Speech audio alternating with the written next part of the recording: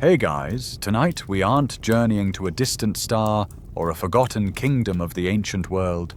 No, tonight's adventure is much closer, infinitely more personal. We are voyaging inward, into the strange and beautiful architecture of the one thing you know better than anything else: your own body.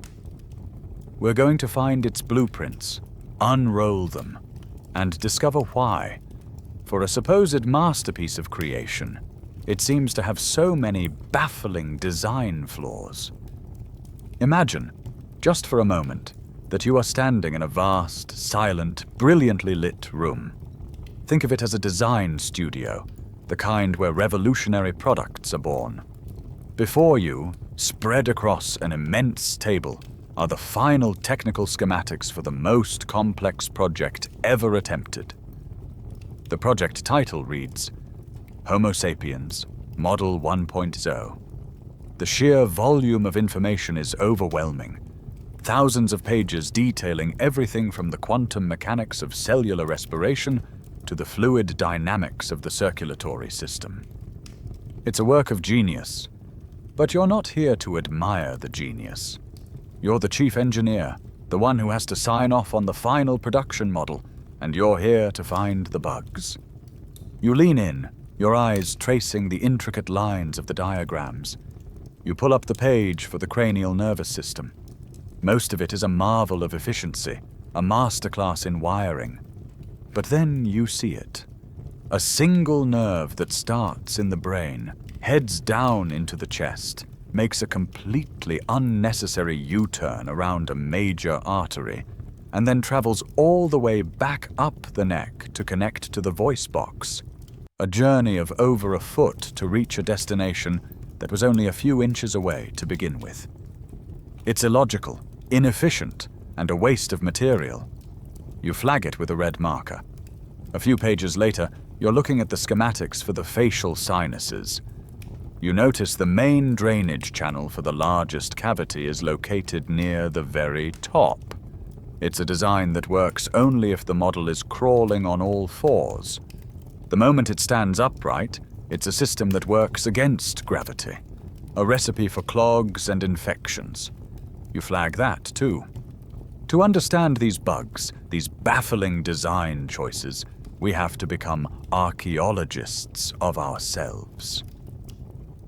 Our journey tonight will see us fast-forwarding through an immense and dramatic history, tracing these glitches back to their source. We will dig for our own story in the sun-scorched earth of Ethiopia's Great Rift Valley, where the 1974 discovery of a fossil skeleton, nicknamed Lucy, first gave us a tangible look at one of our earliest upright ancestors. We'll stand in sterile labs, watching supercomputers sequence the DNA of our long-extinct Neanderthal cousins, finding their ghosts hiding within our own genetic code. We will even witness the echoes of our fish-like ancestors in the fleeting gill-like slits of a developing human embryo. So what does this all mean? Is the human body a masterpiece of engineering, or is it a clumsy, beautiful collection of compromises? Was there even a grand designer, or are we the accidental result of a blind 4-billion-year-old process? And what do these glitches, these strange artifacts in our own biology, reveal about the story of us? Thanks to the combined power of modern genetics, comparative anatomy, and a fossil record that gets richer by the day, we're finally learning to read these ancient, messy blueprints. Frankly, if you were designed by any reputable engineering firm with these specs, you'd be recalled for at least a dozen safety issues. So, before you get comfortable, take a moment to like the video and subscribe, but only if you genuinely enjoy what I do here. That small click sends a big signal to the algorithm. That long-form, serious, educational content still matters. And to me, it's an incredibly meaningful show of support. Thank you so much for helping keep this channel going strong. It always fascinates me to see where you're all tuning in from.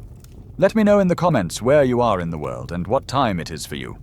Now, dim the lights, maybe turn on a fan for that soft background hum, and let's ease into tonight's journey together. Your body, the one you're in right now, is a living historical document. Every part of you tells a story.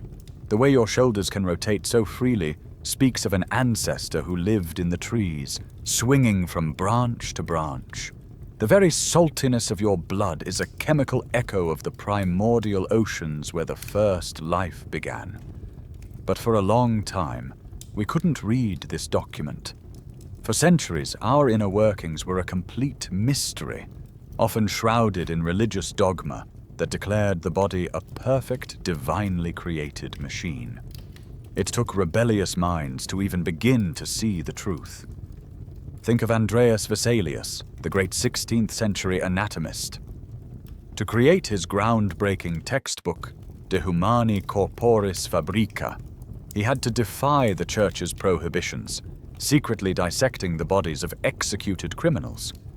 He was one of the first to show that the human body didn't actually match the perfect descriptions passed down from ancient Greek physicians like Galen. He was discovering the first bugs, the first hints that our design was stranger and more complicated than anyone had imagined. Today, we know the source of that strangeness. The foundational scientific evidence lies in our genome. When you compare your DNA to that of a chimpanzee, you find that it's a 98.8% match.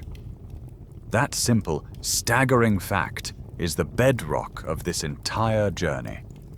It tells us, unequivocally, that we share a recent common ancestor, and therefore a shared, inherited blueprint. The differences are crucial, of course. They make us human. But the similarities are what reveal the story. They show us that the raw material for our bodies wasn't custom-made for us. It was inherited from an ape-like creature that lived millions of years ago. And that creature inherited its blueprint from an even earlier mammal, and so on, all the way back to the first vertebrates. This is why our bodies are full of compromises. Even with Lucy, that famous Australopithecus, paleoanthropologists still argue whether her kind spent most of their time on the ground or were still partially tree-dwelling. Her very bones show the conflict, the compromise of a body caught between two worlds. And your body is the latest chapter in that very same story. So to understand this inherited story, this blueprint passed down through the ages, you have to throw out the image of the clean, sterile design studio. Instead, you need to picture something more like a cluttered garage, late on a Sunday afternoon. This is the workshop of a tinkerer, not an engineer. An engineer, given the task of creating a human, would start with a blank page, fresh materials, and a clear goal. Every system would be designed from first principles for optimal efficiency. The wiring would be direct, the plumbing would be flawless, the materials would be purpose-built. But a tinkerer works differently. A tinkerer is never given a blank slate. Their garage is filled with old, half-finished projects, spare parts from things that broke long ago, and a collection of tools that are not quite right for the current job. When a tinkerer wants to build a go-kart, they don't manufacture a custom engine. They pull a rusty motor out of an old lawnmower and try to make it fit. If they need a seat, they might use one from a discarded kitchen chair. The final result might be a marvel of ingenuity, and it might even run beautifully. But if you look closely, you'll see the compromises everywhere. You'll see the oddly placed bolts, the repurposed brackets, the telltale signs that the steering wheel used to be part of a bicycle. This is evolution. It is a 4 billion-year-old tinkerer, and its garage is the entire history of life on Earth. Your body is its latest go-kart, built from the spare parts of apes and reptiles and fish, and even single-celled organisms. This is why, if you were to present the human body to a divine engineer, they would likely raise an eyebrow. The whole setup seems to ask more questions than it answers, implying either a creator with a very strange sense of humor or one who was forced to work with some very peculiar legacy hardware. This idea that the intricate structures of life were not perfectly designed, but rather cobbled together over eons, was a difficult one to accept. Even Charles Darwin, the man who laid it all out in On the Origin of Species in 1859, felt a sense of profound unease when he considered certain aspects of the natural world. He famously admitted that the eye, with its seemingly irreducible complexity, gave him a cold shudder. He wrote that the idea of the eye evolving through natural selection seems, I freely confess, absurd in the highest degree. He couldn't imagine how such a perfect instrument could be formed step by step. Yet, he overcame this doubt by reasoning that if numerous gradations from a simple eye to a complex one could be shown to exist in nature, and they could, then the problem was solved. He forced himself, and the world, to let go of the comforting idea of a master engineer and embrace the messy, undirected genius of the tinkerer. The most powerful proof of this tinkering process is written directly into your bones. Let yourself, for a moment, become aware of your own arm. Feel the single, strong bone of your upper arm, the humerus. Then the two parallel bones of your forearm, the radius and ulna, which allow you to twist your wrist. Then the little cluster of wrist bones and the branching bones of your hand and fingers. Now, in your mind, picture a bat. A bat's wing is not like a bird's, made of feathers. It is a hand. That same single upper bone is there. The same two forearm bones are there. And the same hand bones are there, only they have been stretched by the tinkerer into long, delicate struts that support a thin membrane of skin. Now, picture a whale. Its massive, paddle-like flipper, used to navigate the ocean, is built from those very same bones. A shortened humerus, a flattened radius and ulna, and the same set of finger bones, all fused together inside that flipper. Developmental biologists still debate the precise genetic switches that get flipped to tell these bones whether to grow long and thin for flight or short and stout for swimming, but the underlying blueprint is the same.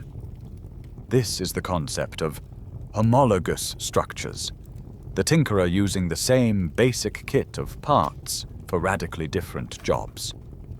An engineer would have designed a wing from scratch and a flipper from scratch. The tinkerer just said, "Well, I've got this arm thing. Let's see what I can do with it." Perhaps the most charming and illustrative example of this principle in action is the panda. Pandas are famous for sitting placidly while munching on bamboo, which they hold in their paws. And if you look closely, it appears they have a thumb to help them grip the stalks. But pandas are bears. Their ancestors had the typical five-toed paw of a carnivore, with no opposable thumb. So where did this thumb come from?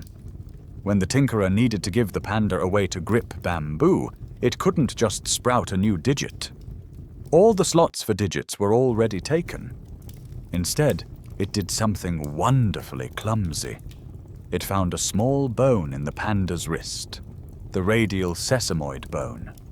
And over generations, it elongated it, wrapped it in a fleshy pad, and created a makeshift, non-opposable thumb. It's awkward, it's inefficient, and it can't move like a real thumb, but it's just good enough to hold bamboo. It is the perfect signature of a tinkerer, a clear sign of a system being jury-rigged with the parts on hand. Your own body is filled with countless examples of this same strange, beautiful process. That strange, jury-rigged quality of the panda's thumb reveals the fundamental rule of the tinkerer's workshop. The goal is not perfection, it's just continuation. The only question evolution ever asks is, does this work well enough for the creature to survive and make copies of itself? If the answer is yes, the design gets a passing grade. It doesn't matter if it's inefficient, clumsy, or prone to breaking down the line. Good enough is good enough. This principle is the engine of natural selection, the first and most important rule governing the design of your body. It's a beautifully simple yet widely misunderstood concept. It's not an active force seeking to create faster, stronger, or smarter beings. It's just a passive filter. Imagine a vast, ancient forest populated by early deer. Some, due to random genetic quirks, are born with slightly longer leg bones, making them marginally faster. Others are born with slightly shorter legs.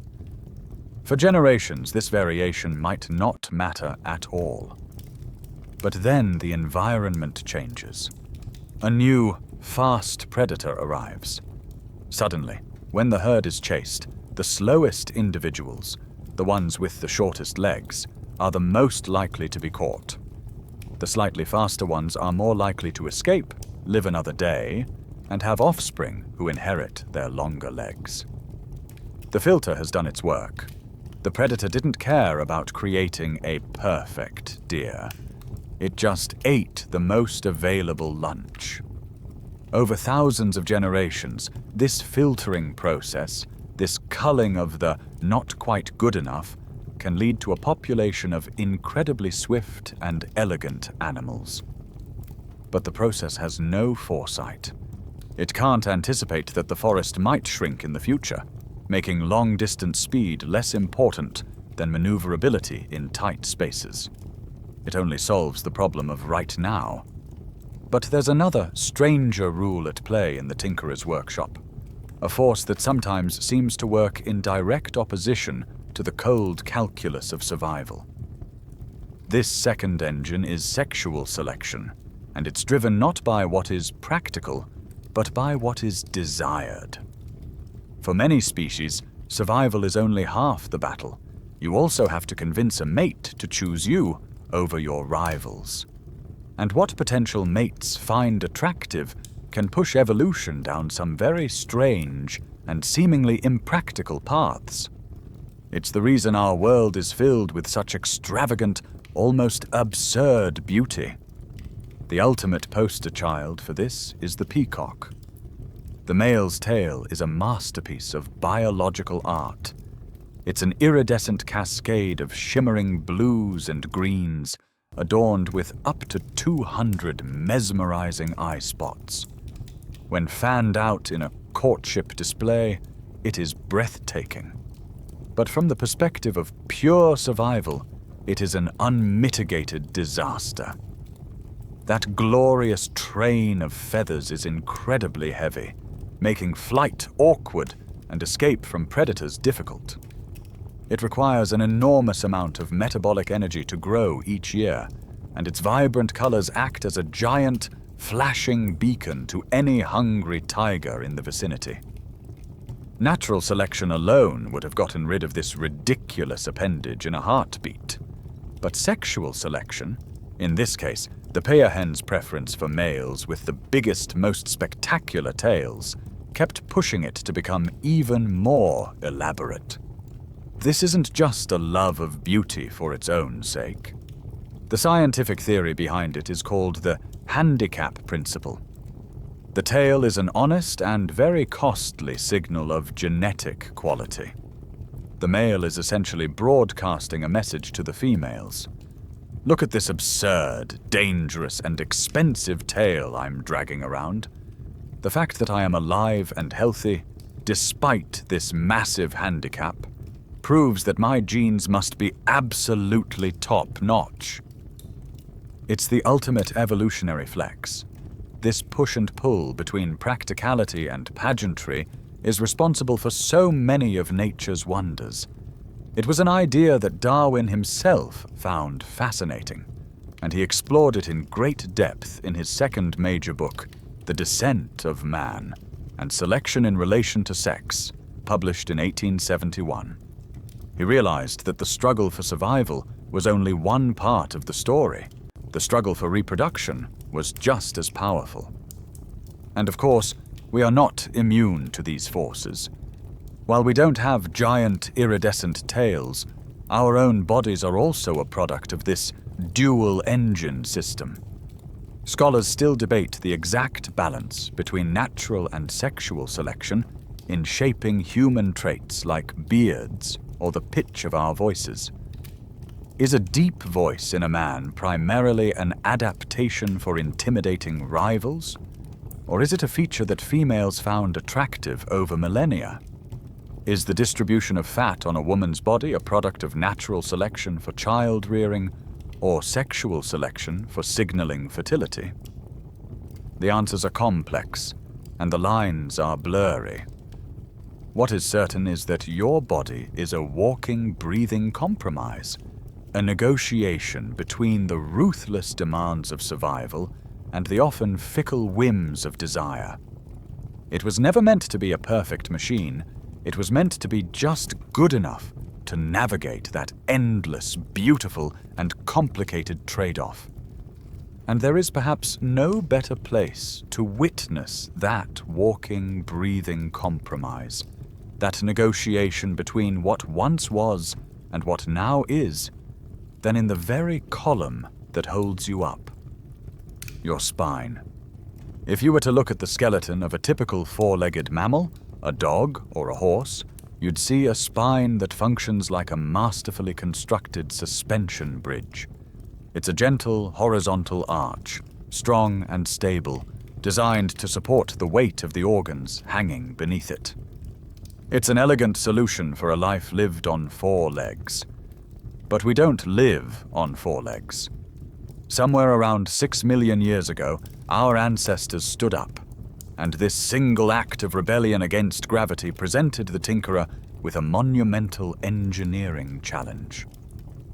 An engineer tasked with designing a new, upright creature from scratch would have created a proper vertical support column, perhaps a sturdy, straight rod, thickest at the base, perfectly optimized for bearing a vertical load.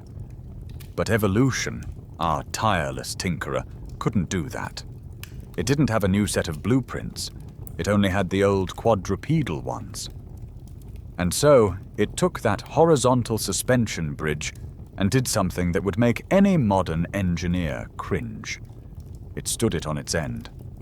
The result was an immediate and catastrophic balancing problem.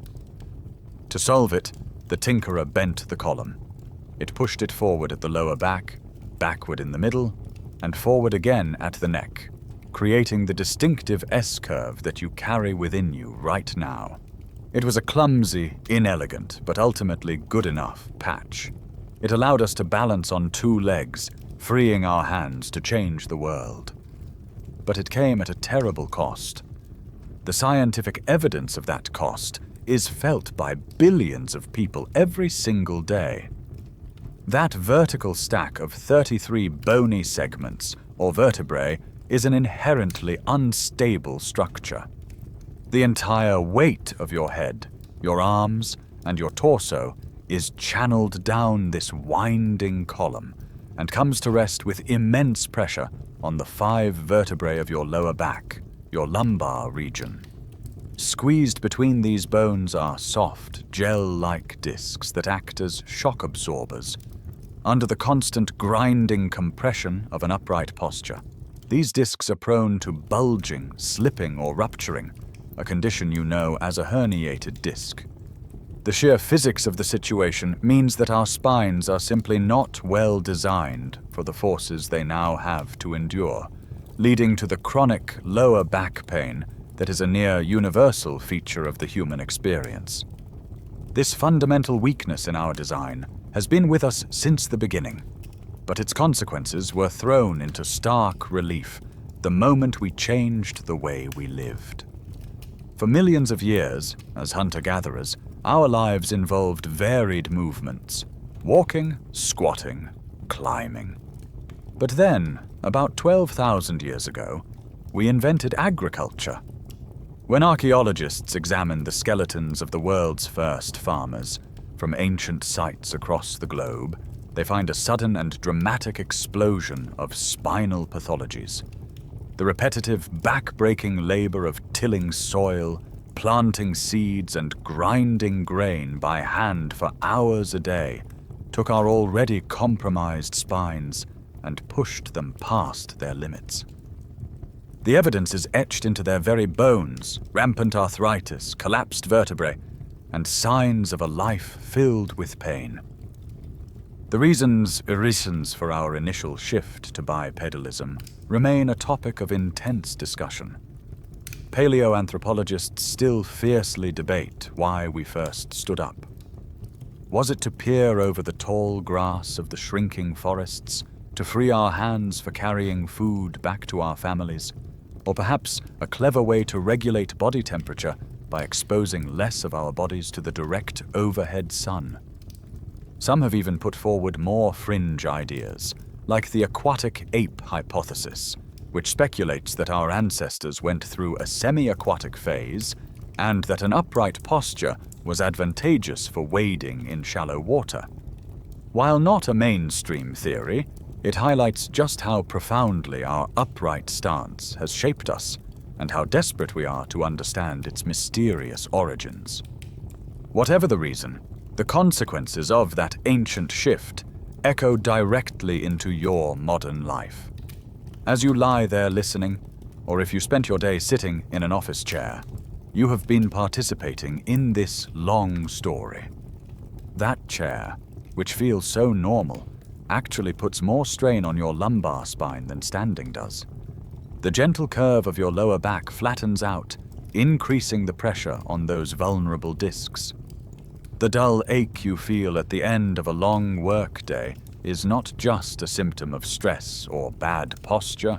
It is a multi-million-year-old echo, a ghostly reminder of the moment a tinkerer took a bridge, stood it on its end, and called it a spine. That S-curved column of your spine doesn't just hang in space. It rests directly upon another structure that was caught in the crossfire of our shift to bipedalism: your pelvis.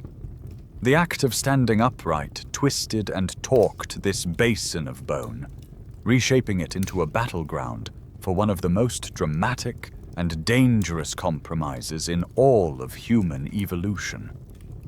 This is a conflict so fundamental to our species that it has its own name: the obstetrical dilemma. It's a story of two powerful, opposing evolutionary forces pushing against each other, with the very survival of our lineage hanging in the balance. The first force was the demand for efficient movement. To walk and run effectively on two legs without waddling from side to side like a duck, our ancestors needed a stable platform. The tinkerer's solution was to take the long, narrow pelvis of our quadrupedal ancestors and make it shorter, broader, and more bowl-shaped. This brought our hip joints closer to our center of gravity and provided better attachment points for the powerful gluteal muscles needed to balance and propel us forward. This anatomical shift was a resounding success. It's what made us such effective walkers and runners. But in solving one problem, it created another, because the hole in the middle of that bony bowl, the birth canal, was becoming dangerously narrow. At the very same time, the second competing force was at work. Our lineage was defined by the relentless expansion of our brains. Over millions of years, our cranial capacity grew and grew, giving us the gifts of language, tool use, and complex culture. A bigger brain, however, requires a bigger skull to house it. You can see the collision course. One evolutionary pressure was screaming for a smaller, tighter pelvic opening for the sake of efficient locomotion. The other was demanding a larger, wider opening to accommodate the passage of our increasingly big-brained infants. The tinkerer couldn't satisfy both demands perfectly. The result is a brutal compromise. Unlike any other primate, the human birth canal is only just barely large enough for a baby's head to pass through. For a chimpanzee, birth is a relatively quick and straightforward event. The infant's head is significantly smaller than the mother's pelvic opening. For a human, it is a mechanically perilous and agonizing journey. The baby must enter the canal facing one direction, then twist and turn its head and shoulders in a precise sequence to navigate the tightest points, like a key turning in a complex lock. A slight deviation, a baby that's a little too large, or a pelvis that's a little too small, and the process can become a life-threatening emergency. For nearly the entirety of human history, this biological flaw made childbirth one of the most dangerous things a woman could ever do. Before the advent of modern sanitation and surgical interventions like the caesarean section, it was a leading cause of death for both mothers and infants. This constant, terrifying risk has profoundly shaped human culture. The sheer difficulty of our birth process made unassisted birth almost impossible, creating an absolute necessity for social support. This is likely the deep origin of the ancient and universal role of the midwife, the communal presence of other women, and the rituals and social structures we have built around the act of birth. We are one of the only species that requires help to bring our young into the world, a direct consequence of this ancient evolutionary dilemma. Some anthropologists now question the classic obstetrical dilemma, arguing that the limits on pelvic size might be more related to the mother's metabolic ability to support a growing fetus than to the mechanics of walking. But the dangerous mismatch in size remains an undeniable fact of human existence. And as with any good compromise, the tinkerer added a few more patches to make the whole precarious system work. One of the most remarkable is built into the baby itself. The skull of a human newborn is not a solid, fused sphere of bone. The cranial plates are still separate, connected by flexible tissue, leaving soft spots you might know as fontanelles. This isn't a defect, it's a feature. It allows the skull plates to shift and even overlap during the journey through the birth canal, a process called molding. The baby's head literally deforms to squeeze through the tightest spots. It's another slightly horrifying yet brilliant, good enough solution to a problem created millions of years ago, a testament to the fact that the very trait that makes us so clever is the same one that makes our arrival into this world so very perilous. This chain of compromises, this cascade of consequences from standing upright, doesn't stop at the pelvis. It continues downward, following the force of gravity all the way to the ground. The legs, the very structures that grant us our unique mobility, are themselves a collection of repurposed parts, bearing loads they were never originally intended to carry. And nowhere is this more apparent than in the joint halfway down your leg, the knee. From a mechanical engineering standpoint, the human knee is a catastrophe. It is a simple, clumsy hinge joint tasked with an incredibly complex job, asked to bear the entire weight of your body while simultaneously allowing for the twisting, pivoting, and shock absorption needed for walking, let alone running or jumping. The core of the problem is its inherent instability. An engineer designing a weight-bearing joint would create a deep, interlocking structure, like a ball in a socket, where the bones themselves provide the stability. Your knee is not like that. It is essentially your two longest bones, the femur of the thigh and the tibia of the shin, precariously balanced one on top of the other. What holds this entire unstable assembly together? Not elegant bone-on-bone architecture, but a fragile, crisscrossing web of soft tissues. ligaments and tendons. The scientific evidence for this poor design is broadcast on sports channels every single night. The dreaded ACL tear. The anterior cruciate ligament is a crucial strap of tissue that prevents your shin bone from sliding forward, and its alarming tendency to snap during a quick change of direction is a testament to a system that relies on a piece of flesh no thicker than your pinky finger for mission-critical stability. It is fundamentally a quadrupedal joint doing a bipedal's job, and it's often failing. And then you arrive at the foot, the final point of contact with the world. It is an absurdly complex piece of machinery, a delicate arched structure made of 26 separate bones and 33 joints, all lashed together by over 100 muscles, ligaments, and tendons. This intricate design has to do three contradictory things at once: be a rigid lever to propel you forward, a flexible platform to adapt to uneven terrain, and a powerful shock absorber to cushion the blow of every single step you take. This complexity is a recipe for failure.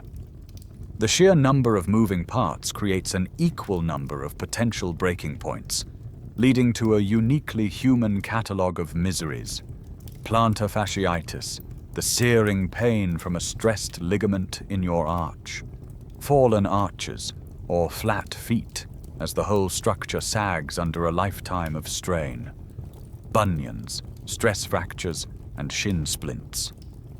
Yet this feeble foundation has a secret. Our feet, for all their fragility, tell a story of incredible antiquity and profound capability. In 1978, in Laetoli, Tanzania, paleoanthropologist Mary Leakey discovered a trail of footprints left in volcanic ash 3.6 million years ago by a pair of our ancestors. The footprints were astonishingly modern, with a clear arch and a big toe in line with the others, proving that we have been walking in much the same way as we do now for a very, very long time. Even so, scientists still debate whether the Laetoli footprints represent a creature that was a full-time walker or one that still spent significant time climbing trees, with some arguing. The slight curl of the toes suggests a lingering grasp. This brings us to a fascinating fringe idea that flips the script on our supposed weakness: the persistence running hypothesis. While our legs make us terrible sprinters, almost any four-legged animal of the same size can outrun us over a short distance. We are, arguably, the greatest long-distance runners on the entire planet. The theory proposes that our ancestors hunted not with bursts of speed, but with relentless endurance. Imagine our hairless, sweating ancestors singling out a large antelope on the hot savanna. They couldn't catch it, but they could follow it. The antelope would sprint away, then have to rest and pant to cool down. Our ancestors would just keep jogging, efficiently shedding heat through sweat. Hour after hour, mile after mile, they would pursue the animal until it literally collapsed from heat exhaustion. This incredible ability is enabled by that same flawed anatomy: our long, springy Achilles tendons, our huge gluteus maximus muscles to stabilize our torso, and the very structure of our arched feet. Our feeble foundation, it turns out, contains a superpower. It's another stunning compromise. We traded the stability of our ancestors for a fragile, aching, but ultimately world-conquering endurance. Our journey down the human frame, from the aching column of the spine to the fragile foundation of the feet, ends at the very bottom of the torso.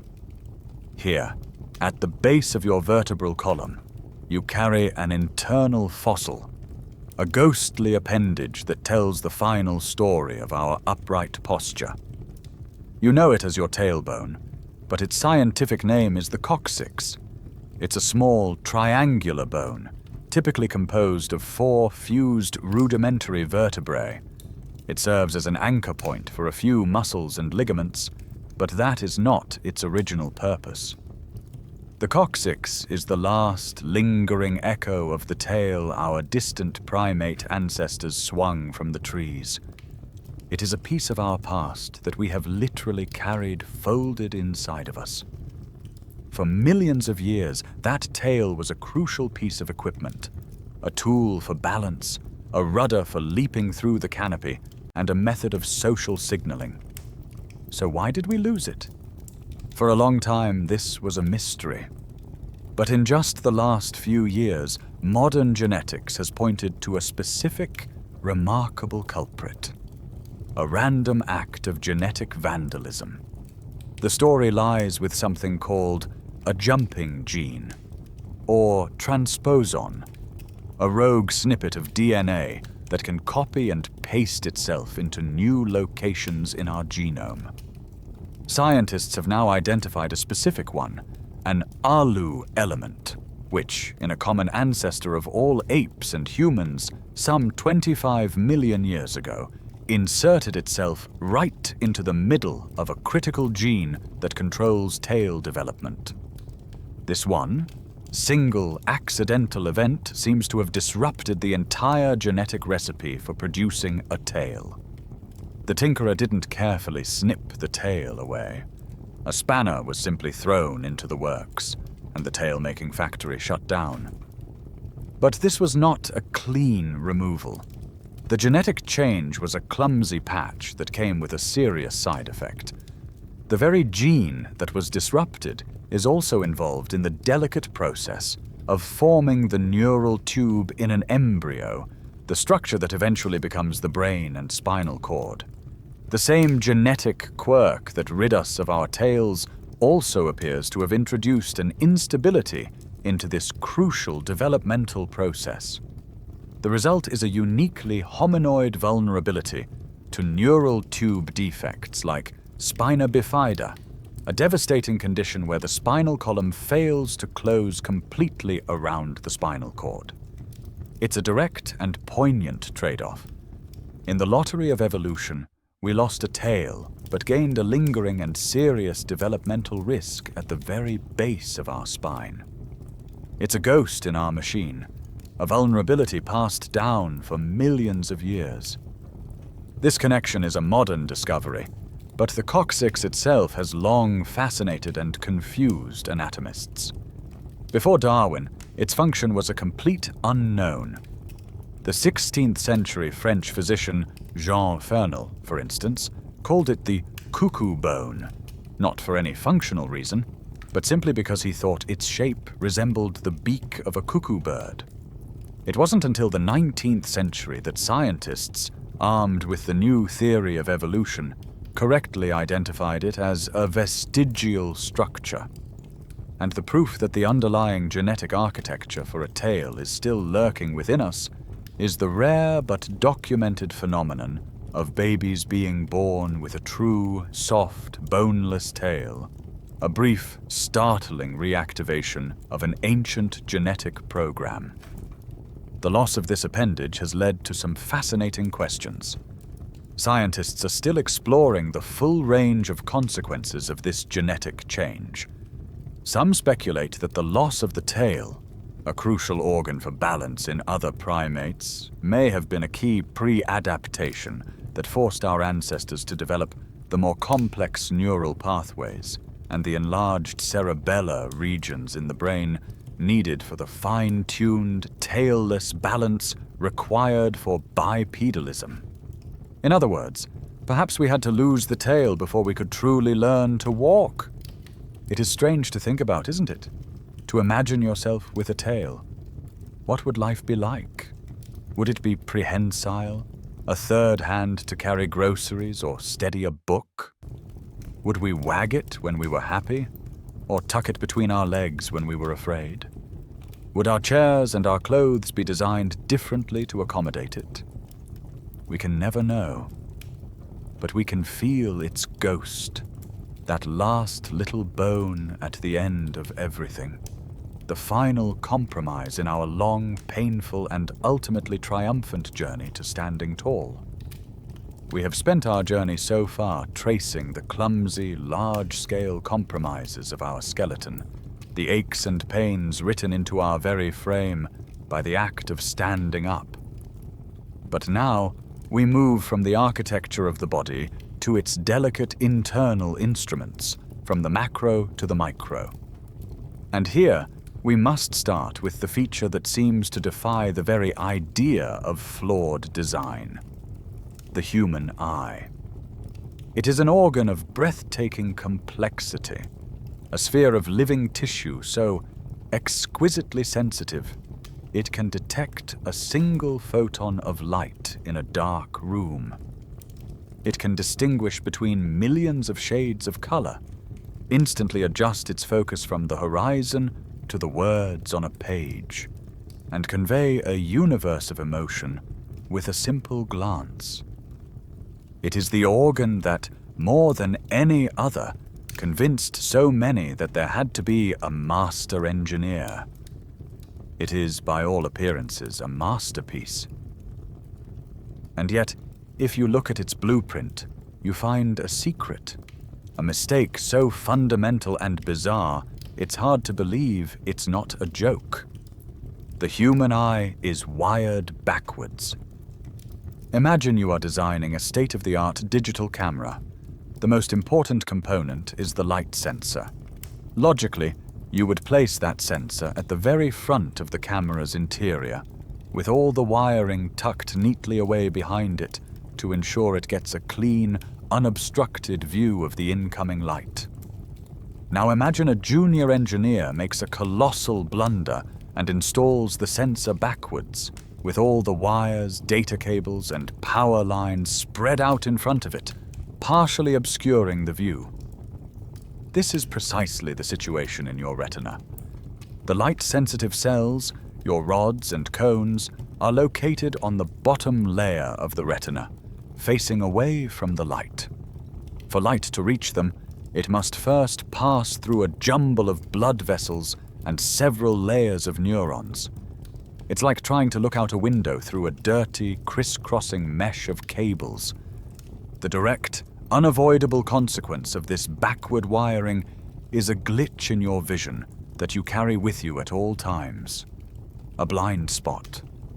At one specific point on your retina, all the nerve fibers from the overlying neurons have to bundle together to form the optic nerve, which then exits the back of the eye to carry the visual information to your brain. Think of it as the main data cable leaving the camera. At this exit point, there is no room for any photoreceptor cells at all. It is a complete and total hole in your field of vision, roughly the size of a dinner plate, held at arm's length. The discovery of this spot is credited to the 17th century French physicist Edmé Mariotte, who reportedly amused the court of King Louis XIV at Versailles by demonstrating how he could make one of the king's courtiers appear headless by having them stand in just the right position relative to his blind spot. What makes this design choice so baffling is that the tinkerer has proven it knows a better way. In one of the most beautiful examples of convergent evolution, the octopus and its cephalopod relatives evolved their camera-like eyes completely independently from our own vertebrate lineage. Their evolutionary path stumbled upon the more logical solution. In an octopus's eye, the photoreceptors are on the top layer, facing the light, with all the nerves and blood vessels tucked neatly behind. They get a perfectly clear, high-resolution image, with no interruptions, and therefore no blind spot. Our lineage, it seems, got stuck with an early suboptimal prototype millions of years ago, and every subsequent vertebrate eye, from fish to fowl to you, has been forced to carry this legacy hardware forward. So why don't you perceive a gaping black hole in your vision as you look around the room? The answer is perhaps even more incredible than the flaw itself. Your brain, in its silent, ceaseless effort to create a stable reality for you, performs an astonishing magic trick. It takes the visual information from the area surrounding the blind spot, and it takes the information from your other eye, and it seamlessly and instantly paints in the missing data. The spot on the wall that falls into your blind spot right now isn't actually being seen by you. Your brain is fabricating it. It's making an educated guess, filling in the gap with what it thinks should be there.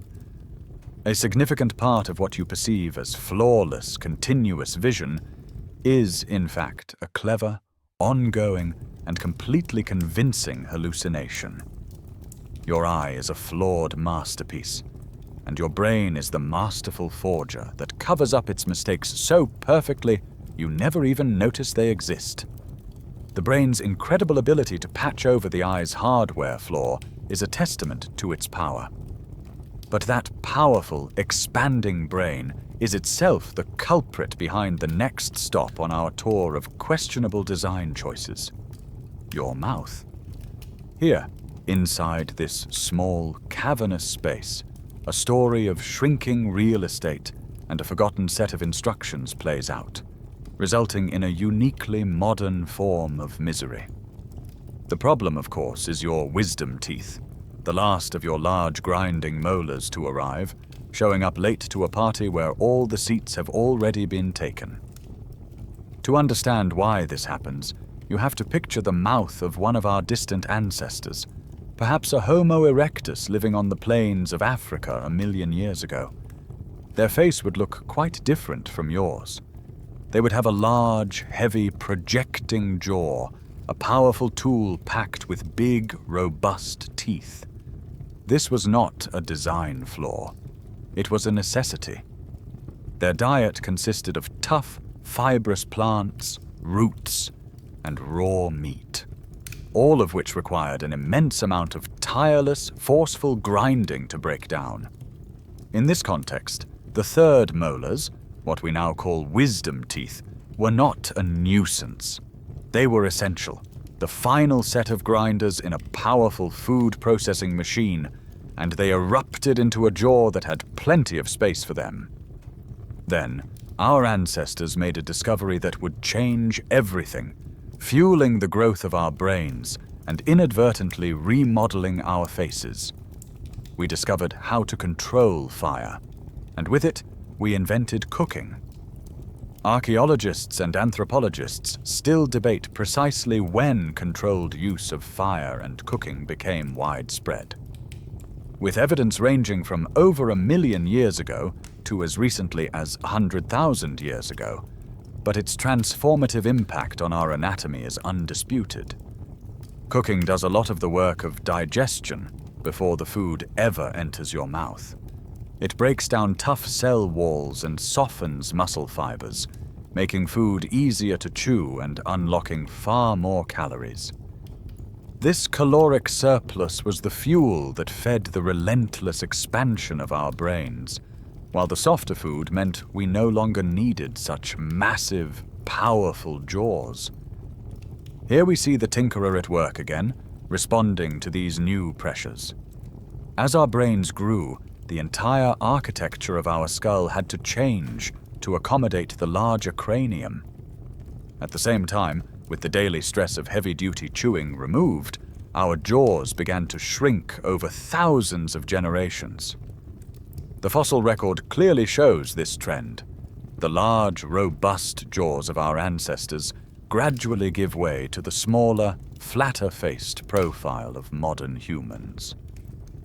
The tinkerer was busy with a major renovation, expanding the upstairs, the brain case, while downsizing the downstairs, the jaw.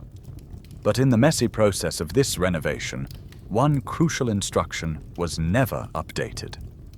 The ancient genetic recipe that says, "build 32 teeth," was left unchanged. And so you arrive in the modern world, with a jaw designed to comfortably hold about 28 teeth, still trying to execute a genetic command to build all 32. For most people, the first 28 erupt without major issue. But then, in the late teens or early 20s, the final 4 molars try to make their appearance, only to discover that the jaw simply doesn't have the room. They become stuck or impacted, growing in sideways, crashing into their neighbors, causing pain, infections, and cysts. The modern dental ritual of wisdom tooth extraction is a direct intervention to correct a mismatch created by our own cultural and technological success. Our dental blueprint is filled with other little quirks and doodles left behind by the evolutionary process. If you run your tongue over your upper molars, you might be able to feel a tiny extra bump on the inner surface. This is known as the cusp of Carabelli. It serves no function whatsoever in chewing, but it's a fascinating little genetic marker. It's common in people of European ancestry, but relatively rare in those of Asian or African descent. For anthropologists, this useless little cusp is a valuable clue, a tiny, harmless breadcrumb left on the trail of ancient human migrations. It's another signature of the tinkerer, a feature that didn't need to be there, but wasn't doing any harm, so it just stuck around. It's a quiet reminder that the story of our success, the story of the growing brain that allowed us to conquer the world, is the very same story that left our mouths a painful, crowded mess. The great renovation of the human skull that expanded our brain and shrank our jaw didn't just create a real estate crisis for our teeth. It also left us with a series of bizarre and infuriating plumbing problems. Tucked away within the bones of your face, hidden from view, is a network of hollow, air-filled chambers that seem almost purpose-built for misery. These are your paranasal sinuses, and from an engineering perspective, they are a complete and utter nightmare. You have 4 pairs of them lining your nasal cavity, the large maxillary sinuses in your cheekbones, the frontal sinuses in your forehead, and the deeper, more complex ethmoid and sphenoid sinuses behind your nose. What's truly remarkable about these empty spaces in your head is that, even today, scientists still aren't entirely sure why we have them at all. There are plenty of competing theories, of course. Some argue that they lighten the overall weight of the skull, making it easier for our necks to support. Others suggest they act as a resonating chamber, adding richness and timbre to our voices. A more practical theory is that they serve to warm and humidify the air we breathe before it reaches our delicate lungs. And one compelling idea proposes they act as a built-in crumple zone, a bit of empty space designed to collapse and absorb the shock of any direct trauma to the face, thereby protecting the all-important brain behind them. But none of these theories is a completely satisfying explanation, and the debate continues. Even Leonardo da Vinci, who drew them with breathtaking accuracy in his anatomical sketches around the year 1500, was mystified by these hollows, unable to confidently assign them a function. This mystery might be a mere academic curiosity if the sinuses actually worked well, but they don't. The most glaring design flaw can be found in the largest pair, the maxillary sinuses. These cavities, each about the size of a walnut, are prone to filling with mucus when you have a cold or allergies. To clear this fluid, each sinus has a tongue drainage channel, called an ostium, that connects to the nasal passage. The problem is where the tinkerer placed that drain. It is not at the bottom of the cavity, where gravity could do all the work. Instead, the drain is located near the very top of the chamber. It's the equivalent of designing a kitchen sink and putting the drain pipe halfway up the wall. It's a design that seems to defy all logic. The only way this bizarre plumbing makes any sense is if you stop thinking of the skull as belonging to an upright creature. Picture instead one of our distant, 4-legged mammalian ancestors, with its head held horizontally, facing forward, that high drainage hole is suddenly in a perfect position. Gravity would gently pull mucus down and out into the nose, keeping the system clear and healthy. But the moment our ancestors stood up and our skulls tilted back to balance on a vertical spine, this elegant drainage system was ruined. The drain was now high on the back wall, working directly against the pull of gravity. It is one of the clearest anatomical echoes of our quadrupedal past, a system designed for a horizontal world that we are now forced to operate in a vertical one. Of course, the tinkerer did provide a patch. The sinuses are lined with a thin membrane covered in millions of microscopic hair-like structures called cilia. These cilia beat in a constant, coordinated, wave-like motion, acting like a tiny biological escalator, trying to sweep the mucus upwards against gravity towards that badly placed drain. It's a truly heroic effort, an incredible and complex solution to a problem that a simple bit of good plumbing would have prevented. And when you get a cold, and your mucus thickens, or the lining of your sinuses becomes inflamed and swollen, this heroic little escalator system gets overwhelmed. The mucus can't drain. It backs up. The cavity becomes a warm, stagnant pond perfect for bacteria to thrive in, and you are left with the throbbing, pressurized misery of a sinus infection.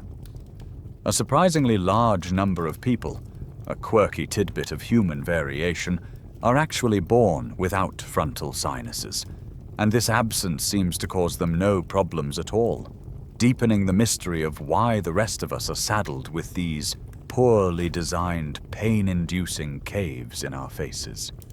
That dull pressure you feel in your cheeks and forehead during a bad cold is the distinct feeling of your modern, upright body being betrayed by its ancient, horizontal blueprints. The flaws and compromises of our design are not just confined to the strange architecture of our bones or the quirky plumbing in our skulls. They extend to the very way we perceive the world around us. Your brain, for all its cleverness, is locked inside the dark, silent vault of your cranium. It knows nothing of the outside world except for what it's told by its team of sensory reporters. Your eyes, your ears, your nose. And the truth is, these reporters are not very good at their jobs. The world you experience, the rich tapestry of sights, sounds, and smells that you confidently call reality, is in fact a heavily filtered, woefully incomplete, and highly edited version of what is actually out there. Let's start with our most pathetic and neglected sense: smell. As you lie there, you might be able to smell the clean scent of your laundry, or the faint aroma of a book. To you, it's a simple background sensation. To a dog lying at the foot of your bed, this same room is a symphony of information, a library of scents bursting with stories. The scientific reason for this is overwhelming. The back of your nose is home to about 6 million olfactory receptors. A bloodhound's nose has up to 300 million. The part of their brain dedicated to processing smells is, proportionally, about 40 times larger than yours. When you smell a tree, you register tree. When a dog smells that same tree, they can tell you which other dogs have been there, when they visited, what they had for dinner, and what their emotional state was at the time. They are reading a complex and detailed newspaper that, to you, is a complete blank. This sensory deficit is a story that repeats itself across the board. Your hearing, for instance, operates within a narrow and unremarkable frequency range. You are deaf to the world of ultrasound, the high-frequency chirps and clicks that bats and dolphins use to navigate and hunt, painting a detailed picture of their surroundings with sound alone. You are equally deaf to the world of infrasound, the deep, subsonic rumbles that elephants and whales use to communicate with each other over vast, miles-long distances. The air around you is constantly thrumming with these conversations, but your ears are simply not equipped to hear them. Primatologists debate why our sense of smell, in particular, degenerated so much compared to other mammals. The leading theory is an evolutionary trade-off. As our primate ancestors became more reliant on vision, particularly color vision for spotting ripe fruit against a green canopy, the neural real estate once dedicated to olfaction was repurposed to enhance our visual processing. We traded a world of smells for a world of color. But even our prized sense of sight, the one we sacrificed our sense of smell for, is far from spectacular in the grand scheme of the animal kingdom. An eagle, soaring high above, has eyes that function like telescopes, allowing it to spot a rabbit from 3 miles away, a level of visual acuity that is almost beyond our comprehension. And even that pales in comparison to the bizarre and wonderful vision of the mantis shrimp, a small crustacean whose eyes are arguably the most complex on the planet. While we have 3 types of color-receptive cones in our eyes, for red, green, and blue, the mantis shrimp has 16. They can see forms of polarized light that we can't, allowing them to perceive a layer of reality that is utterly invisible to us. The most profound limitation of our vision, however, is our imprisonment within a tiny sliver of the electromagnetic spectrum. All the light you have ever seen, every color from the deepest violet to the richest red, represents less than 1/10,000,000,000th of the full spectrum of light. We are completely blind to the radio waves that carry our broadcasts, the microwaves that cook our food, the infrared radiation that radiates from warm bodies, and the ultraviolet light that gives us sunburns. It was the astronomer Sir William Herschel who in 1800 first proved this limitation.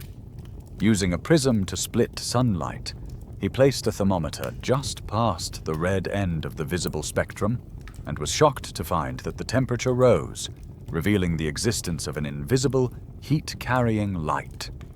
It was the first time science had pulled back the curtain, showing us that our senses were not telling the whole story. Bees and birds can see into the ultraviolet range, allowing them to see vivid patterns on flowers that guide them to nectar, patterns that are completely hidden from our eyes. We live our lives bathed in a universe of information that our senses are simply not built to receive, perceiving a bespoke reality that is not the world as it is, but the world as we need it to be to survive. Our tour of the body's questionable designs, from the backward wiring of the eye to the pathetic range of our senses, has so far focused on limitations and inefficiencies. But we now arrive at a flaw so egregious, so fundamentally dangerous, that it stands in a class of its own. It's located right in the center of your head, a piece of anatomical architecture so ill-conceived that no sane engineer would ever sign off on it. It is the single crossroads in your throat, where 2 of your body's most critical highways, the one for air and the one for food, are forced to intersect. It is the reason you can choke to death, and it is arguably the single deadliest design flaw in the human body. Think of it in terms of city planning. You have a massive, continuous flow of vital traffic, air, that must get to its destination, the lungs, without interruption. You have another, less continuous but equally important flow of traffic, food and water, that needs to get to its own destination, the stomach.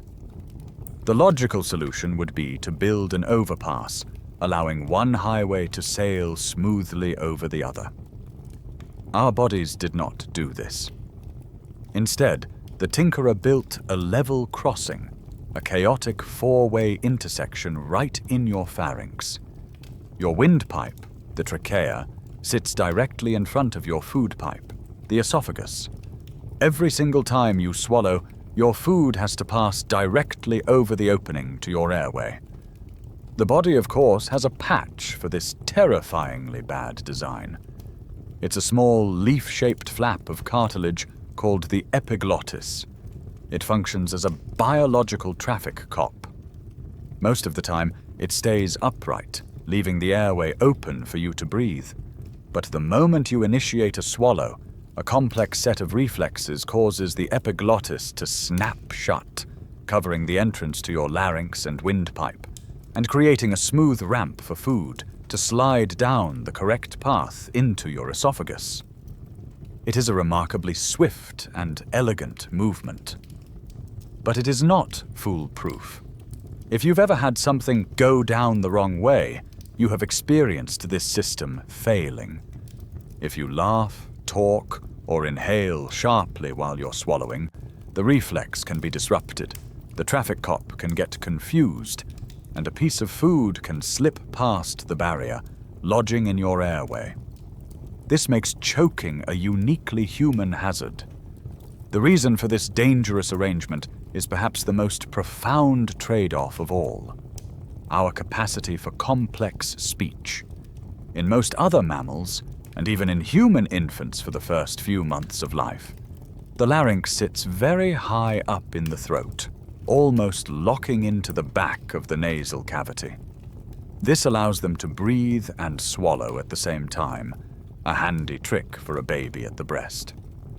As a human child grows, however, the larynx descends, dropping lower in the throat. This descent creates a large, open, shared space above it, the pharynx, which acts as a crucial resonating chamber. It is this chamber that allows us to modulate sound and produce the vast and nuanced range of vowels and consonants that form the building blocks of human language. The debate still rages among experts. Anthropologists and linguists debate whether this anatomical change was the primary driver for the emergence of language, or if the cognitive capacity for language evolved first, creating a selective pressure that then favored the descended larynx, despite its dangers. Regardless of which came first, the consequence is clear. We traded a safe and efficient system for a dangerous one that gave us the ability to sing, to tell stories, to debate philosophy. It is a gift bought at a terrible price. For most of history, choking was a common and terrifying way to die, often mistaken for a sudden heart attack.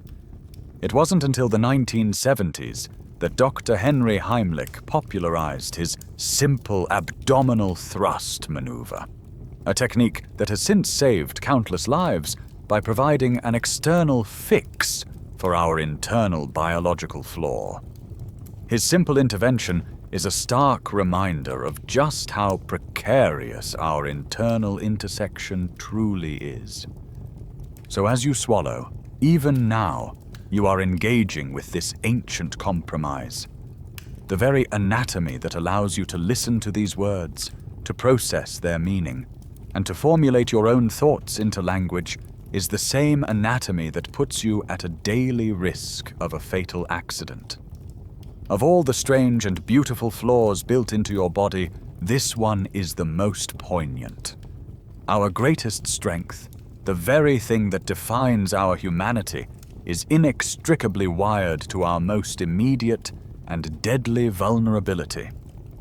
Our journey into the body's internal affairs now brings us to what many biologists consider the single most elegant, irrefutable, and frankly comical piece of evidence for evolution as a blind, tinkering process. It is a feature that, once you understand it, makes any notion of a deliberate, intelligent design seem utterly absurd. We're going to look at the wiring diagram for your voice, specifically a nerve that is essential for the very act of speaking, yet follows a path so bafflingly inefficient it defies all reason. This is Exhibit A in the case against perfect creation. This is the story of the recurrent laryngeal nerve. Its job is critically important. It's a branch of the large vagus nerve, and it controls the tiny, intricate muscles of your larynx, your voice box. It is what allows you to adjust the tension of your vocal cords to create sound, to change your pitch, to whisper, to shout. Without it, you would be silent. Given its crucial function and the short distance it needs to travel, you would expect a simple, direct path. The nerve begins in your brainstem, and its final destination, the larynx, is located just a few inches below in your throat. The logical route would be a straight line, but that is not the route the tinkerer chose. Instead, the left recurrent laryngeal nerve begins its journey from the brain, travels down your neck alongside the vagus nerve, and goes right past its target. It doesn't stop. It continues its descent, leaving the neck entirely and entering your chest cavity. Down here, deep in your torso, it finds what it was apparently looking for: the aorta, the largest artery in your body. The nerve then loops underneath this massive artery, makes a complete 180-degree turn, and begins a long journey back up, traveling all the way through your chest and up your neck, finally arriving at the larynx it had passed a long time ago. All told, it is a journey of over a foot to connect 2 points that are mere inches apart. If this sounds ridiculous in a human, consider the same nerve in a giraffe. The principle is identical. The nerve starts in the brain, and its destination is the larynx, a short distance away. But it is yoked by the same ancestral command. So it travels all the way down the giraffe's famously long neck, a journey of some 6 or 7 feet. It enters the chest, loops under the aorta, and then makes the long, lonely trip all the way back up that same 6 or 7 feet of neck to plug into the voice box. That is a detour of more than 15 feet of nerve fiber to accomplish a task that could have been done in 6 inches. The signal to make a sound has to travel this entire, absurdly long path, making it a masterpiece of inefficiency. The explanation for this grand detour is a beautiful story of our own deep history. It's a historical accident, frozen in our anatomy. In our very distant fish ancestors, the blueprint was laid down. The precursor to this nerve took a short, direct path from the brain to one of the gills, hooking neatly under a nearby artery. It was a simple, logical design. But as vertebrates evolved, the body plan was dramatically altered. The structures that were once gills were repurposed by the tinkerer, migrating down into the chest to become parts of the heart and its massive, arching blood vessels. The problem was, the nerve was already hooked under that migrating artery. Evolution has no mechanism for neatly unplugging a nerve and rerouting it along a more direct path. So as the artery moved south over millions of generations, it simply dragged the nerve down with it, stretching it longer and longer like a piece of anatomical taffy. Evolutionary biologists debate whether there is any minor secondary function that this long path might serve, but the overwhelming consensus is that it is a classic example of a developmental constraint, a historical artifact that evolution was unable to correct. The strange path of this nerve wasn't a modern discovery. It was first documented in the 2nd century AD by the celebrated Roman physician Galen. He was a master of public spectacle and used to demonstrate the nerve's function in dramatic live dissections. He would tie off the recurrent laryngeal nerve in a squealing pig, and the animal would instantly fall silent, providing his audience with undeniable proof of its control over the voice. Today, the nerve's bizarre path has direct medical consequences. Its long, meandering route makes it uniquely vulnerable to being damaged during surgeries of the chest and neck, which can lead to a permanently hoarse voice. It is a modern clinical problem caused by the ancient ghost of a fish's gill. It is the signature of a tinkerer, writ large in our bodies, a quiet, constant reminder that the sound of your own voice is powered by a system that is nothing short of beautifully, profoundly, and wonderfully absurd. The absurd wiring of our vocal cords is a perfect signature of the tinkerer, a flaw of rooting, a historical accident preserved in our nerves. But our body is also littered with what appear to be leftover spare parts, redundant components from older models that were never fully removed from the chassis. And for over a century, the poster child for this kind of flaw has been a small, worm-like tube, a little dead-end street dangling from the beginning of your large intestine. You know it as the appendix. For most of modern medical history, it has been dismissed as a useless, dangerous, and profoundly stupid piece of design. The classic evolutionary story is simple and compelling. In our distant leaf-eating ancestors, the appendix was part of a much larger and more important organ called the cecum. This was a large fermenting pouch, essential for breaking down the tough cellulose in plants, a function you can still see in animals like rabbits, which have a huge cecum. But as our ancestors' diets changed, moving away from tough vegetation, this large fermentation tank became unnecessary. Over millions of years it shrank, leaving behind only its shrunken vestigial remnant, the appendix. According to this view, it serves no purpose at all.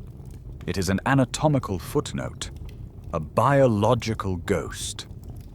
Worse than being useless, however, it's actively dangerous. Its very structure as a narrow, blind alley makes it prone to getting blocked by a piece of hardened stool or inflamed tissue. When the entrance is blocked, bacteria can get trapped inside, leading to a vicious infection and inflammation known as appendicitis. If not treated, the appendix can swell and burst, spilling its infectious contents throughout your abdominal cavity. This condition, peritonitis, was almost always a death sentence. For most of human history, a pain in your lower right abdomen was one of the most terrifying symptoms imaginable. This flaw was a great leveler, afflicting rich and poor alike. In the summer of 1902, the entire British Empire held its breath when its new king, Edward VII, suddenly fell gravely ill just 2 days before his scheduled coronation. The diagnosis was appendicitis. In a dramatic break with tradition, the coronation was postponed, and the king was rushed into a risky, primitive surgery on a table in Buckingham Palace. He survived, and his case brought worldwide attention to the life-saving potential of the newly developed appendectomy. The success of this surgery, which became common in the 20th century, cemented the appendix's reputation as a ticking time bomb that was best removed. The fact that people could live perfectly normal, healthy lives without it seemed to be the final nail in its coffin. But science, like evolution, is a process of constant revision. However, in recent decades, this long-held dogma that the appendix is useless has been seriously challenged by a new wave of research. The new theory is as elegant as it is surprising.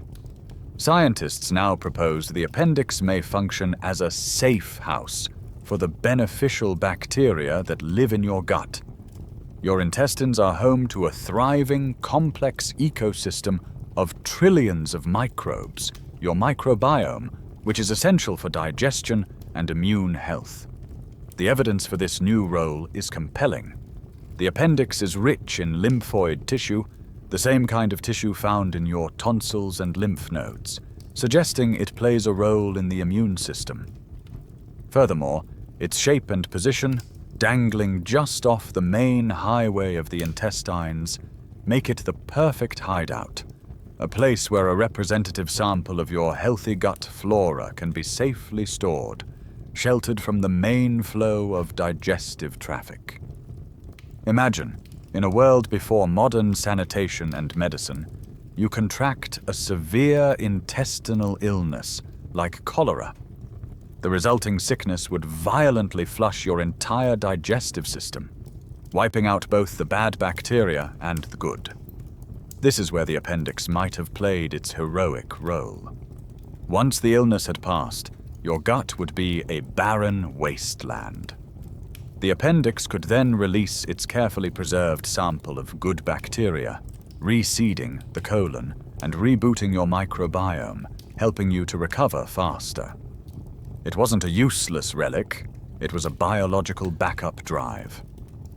As a quirky but powerful piece of supporting evidence, biologists have noted that the appendix has evolved independently in over 30 different mammal lineages, including beavers and koalas. Evolution's repeated insistence on inventing this organ is a strong sign that it serves a valuable purpose. So what is the appendix? Is it a dangerous flaw or a vital ally? The truth is, it's likely both. A feature whose life-saving benefits have been made less critical by modern hygiene, and whose life-threatening risks have been made manageable by modern surgery. It's a perfect example of a design whose quality depends entirely on the world in which it has to function. From the strange case of the appendix, we move from a questionable piece of physical hardware to a flaw that is deeper, more fundamental. This is a bug not in our anatomy, but in our code, a single critical error written into our DNA millions of years ago. It's a broken piece of our internal software that for much of our history went completely unnoticed. But when our ambition and technology took us beyond our natural habitats, this tiny, invisible flaw revealed itself to be one of the most prolific and horrifying killers our species has ever faced. This is the story of a lost superpower, our inability to make vitamin C. For the vast majority of animals on this planet, from the dog sleeping on your floor to the pigeons on your windowsill, producing vitamin C is a routine, unconscious biochemical process. When their bodies need it, their livers or kidneys simply manufacture it from glucose. No thought required. They hold within them the complete genetic recipe. We, along with all other monkeys and apes, and a few other random creatures like guinea pigs and fruit bats, have lost this ability. The recipe book is missing the final crucial page. The scientific reason is a single broken gene. The gene, known as gulo, is responsible for creating the final enzyme in the vitamin C production line. In an ancestor of all simian primates, some 60 million years ago, a mutation rendered the gulo gene useless. The gene is still there in your DNA, a silent, broken fossil of a once useful piece of machinery, now referred to by scientists as a pseudogene. At the time, this genetic accident was completely harmless. Our primate ancestors were living in lush, tropical forests, and their diet consisted almost entirely of fruit and leaves, all bursting with vitamin C. With a constant, abundant supply coming in from their food, their own internal vitamin factory was redundant. The broken gene conferred no disadvantage, and so it was passed down through the generations, a silent, ticking time bomb. For millions of years it remained dormant and harmless, an invisible quirk of our lineage. The bomb only exploded when we left the forest, and much later, when we learned to build ships and cross the oceans. As soon as humans embarked on long sea voyages during the Age of Discovery, far from any source of fresh fruit or vegetables, a terrifying and mysterious plague began to stalk the oceans. It was called scurvy. Sailors would begin to feel a profound lethargy, their joints aching. Then their gums would begin to swell and bleed, their teeth loosening in their sockets. Old, long-healed scars would mysteriously reopen on their skin, as if the body were forgetting how to hold itself together. In the final stages, They would suffer from hemorrhages and, eventually, a painful death. The cause was a complete mystery, but its effects were catastrophic. Scurvy killed more sailors than all naval battles, storms, and all other diseases combined. Vasco da Gama lost over half his crew to it on his celebrated voyage to India. It was the single greatest obstacle to maritime exploration and the secret terror of every sailor who left port. The body without vitamin C was literally falling apart. The vitamin is essential for producing collagen, the primary structural protein in our bodies, the biological glue that holds our skin, blood vessels, bones, and tissues together. The cure, it turned out, was astonishingly simple. In 1747, a Scottish naval surgeon named James Lind conducted what is now famous as one of the first controlled clinical trials in history. He took 12 sailors suffering from scurvy and divided them into 6 pairs, giving each a different dietary supplement. The 2 sailors who were given a daily ration of 2 oranges and 1 lemon made a swift and miraculous recovery. Lind had found the cure, though the concept of a vitamin wouldn't exist for another 150 years. Even so, in a classic quirk of history, the hidebound British Admiralty took more than 4 decades to officially act on Lind's discovery. When they finally did, in the 1790s, mandating a daily ration of lemon or lime juice on all their ships, scurvy was virtually eliminated from the Royal Navy. This gave them a colossal strategic advantage over their foes, like the French, whose sailors were still falling ill. It is from this practice that British sailors earned their famous nickname, limeys. Historians and biologists still debate the full extent to which the Goulot mutation shaped primate evolution. Some argue that this new dependence on fruit may have been a driving force in the development of our advanced color vision, creating a stronger selective pressure to distinguish ripe, colorful fruits from unripe green ones. The loss of one ability, in other words, may have sharpened another. It is a humbling thought. A single broken gene in a long-extinct monkey has shaped the fate of empires, dictated the course of exploration, and cost an untold number of human lives, all because our bodies forgot how to make one simple, vital molecule. Our journey through the body's flaws has shown us compromised skeletons, baffling wiring, and broken genes.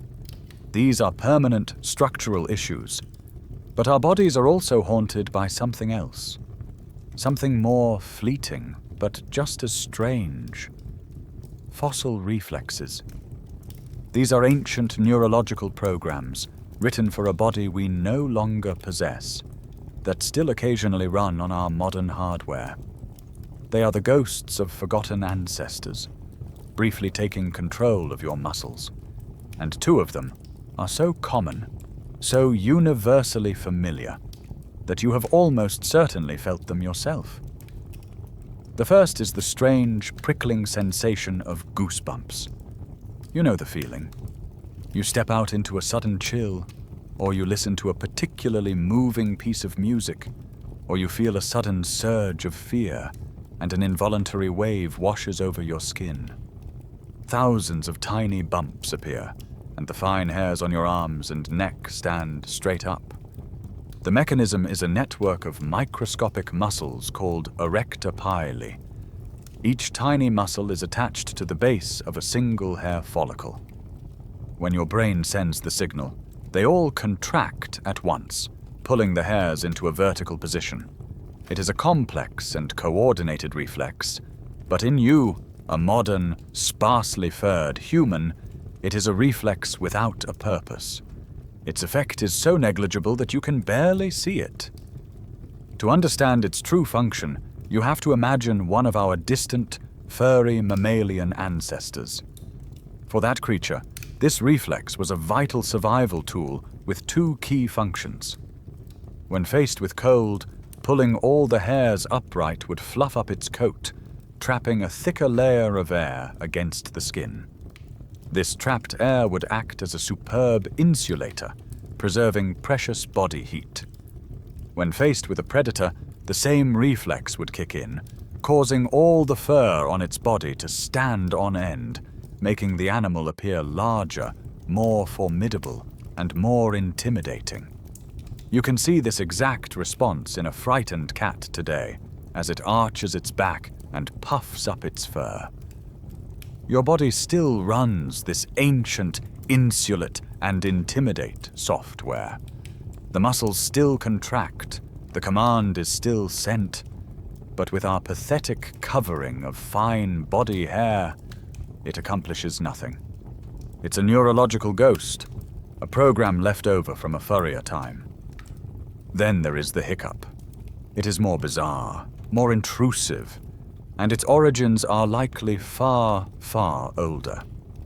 A hiccup is a strange, two-part event. First, a powerful involuntary spasm of your diaphragm, the large muscle that controls your breathing, causing a sharp intake of air. This is followed, a fraction of a second later, by the abrupt snapping shut of your glottis, the gateway to your vocal cords. It is this sudden closure that creates the iconic hiss sound. For centuries, this annoying and pointless reflex was a complete mystery, spawning a wild variety of folk cures, from holding your breath to being startled. The longest recorded case of hiccups belonged to an American man named Charles Osborne, who hiccuped continuously for 68 years, from 1922 until 1990, a truly mind-boggling historical footnote of medicine. So what is this bizarre spasm? Neuroscientists and evolutionary biologists still debate the origin of the hiccup reflex. But one fascinating and compelling theory suggests it is a fossil reflex of an almost unimaginable antiquity. It may be the ghost of the amphibian that you once were. This theory proposes that the hiccup is a remnant of the motor pattern used for gill ventilation. Think of a tadpole. To breathe, it gulps a mouthful of water, and then, to force that water over its gills without it entering its lungs, it closes its glottis. That pattern, a sharp intake followed by a glottal snap, is a perfect match for the human hiccup.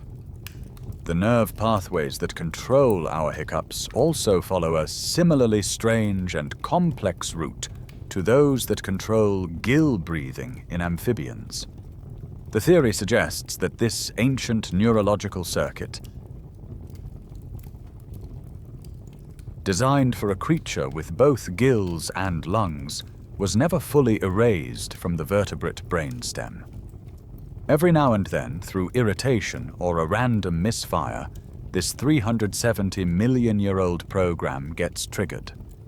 For a few minutes, your body, in its own confused way, tries to operate a set of gills it no longer has.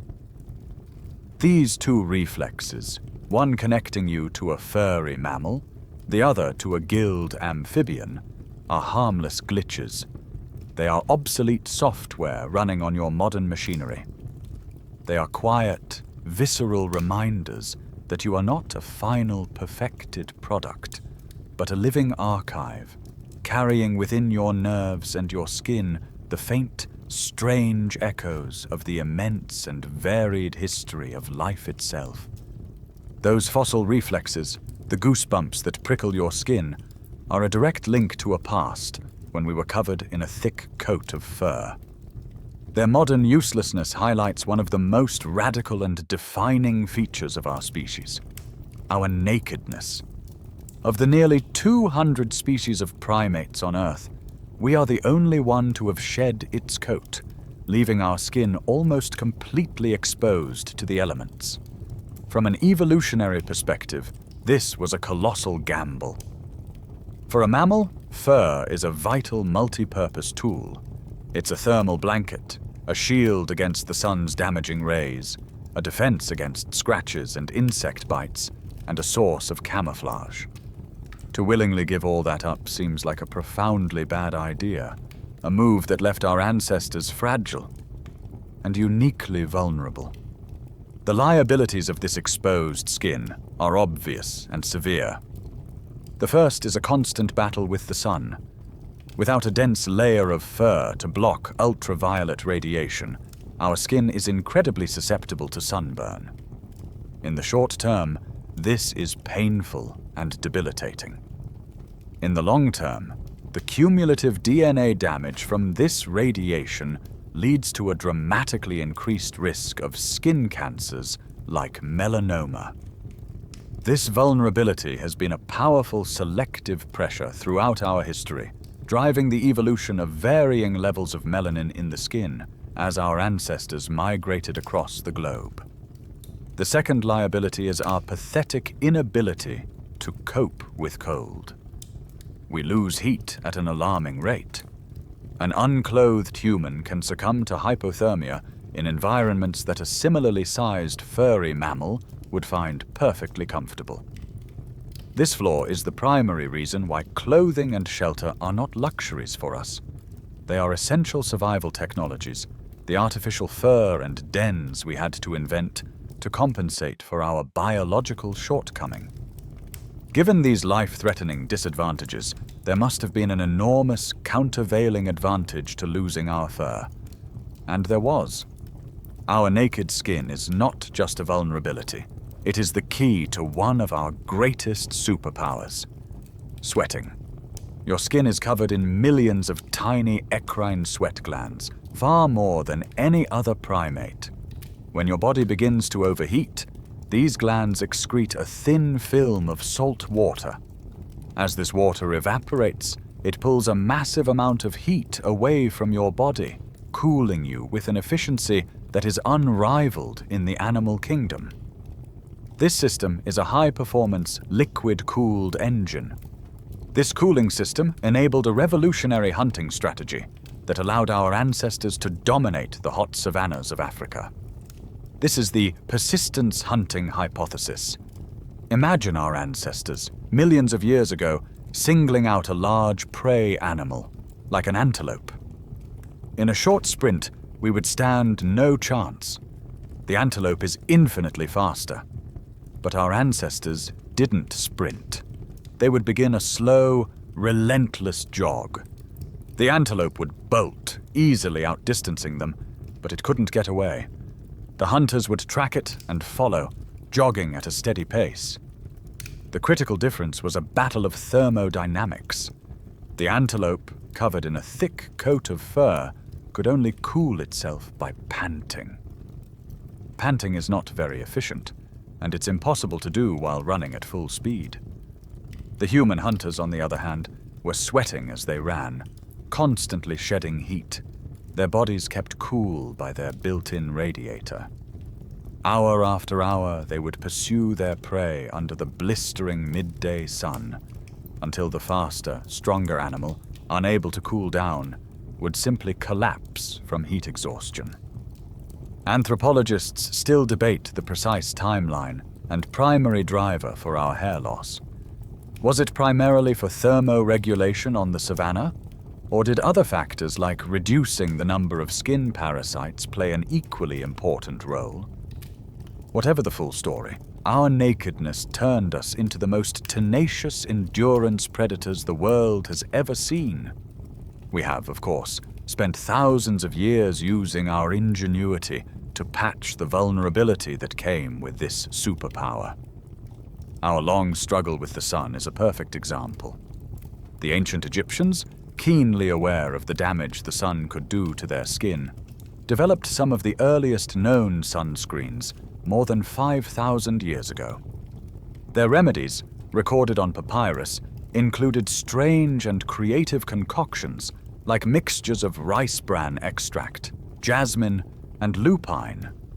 Early, intuitive attempts to find compounds that could block the sun's harsh rays. It is a striking irony. Our skin is our largest and most fragile organ, yet the loss of its protective covering is what enabled the endurance that fed our growing brains and set us on the path to becoming human. Our vulnerability and our greatest strength are, quite literally, skin deep. The incredible endurance granted by our naked skin allowed our ancestors to hunt more effectively, providing the rich, calorie-dense food needed to fuel the most energy-hungry organ of all, our brain. This 3-pound universe of neurons is the undisputed triumph of our evolutionary story.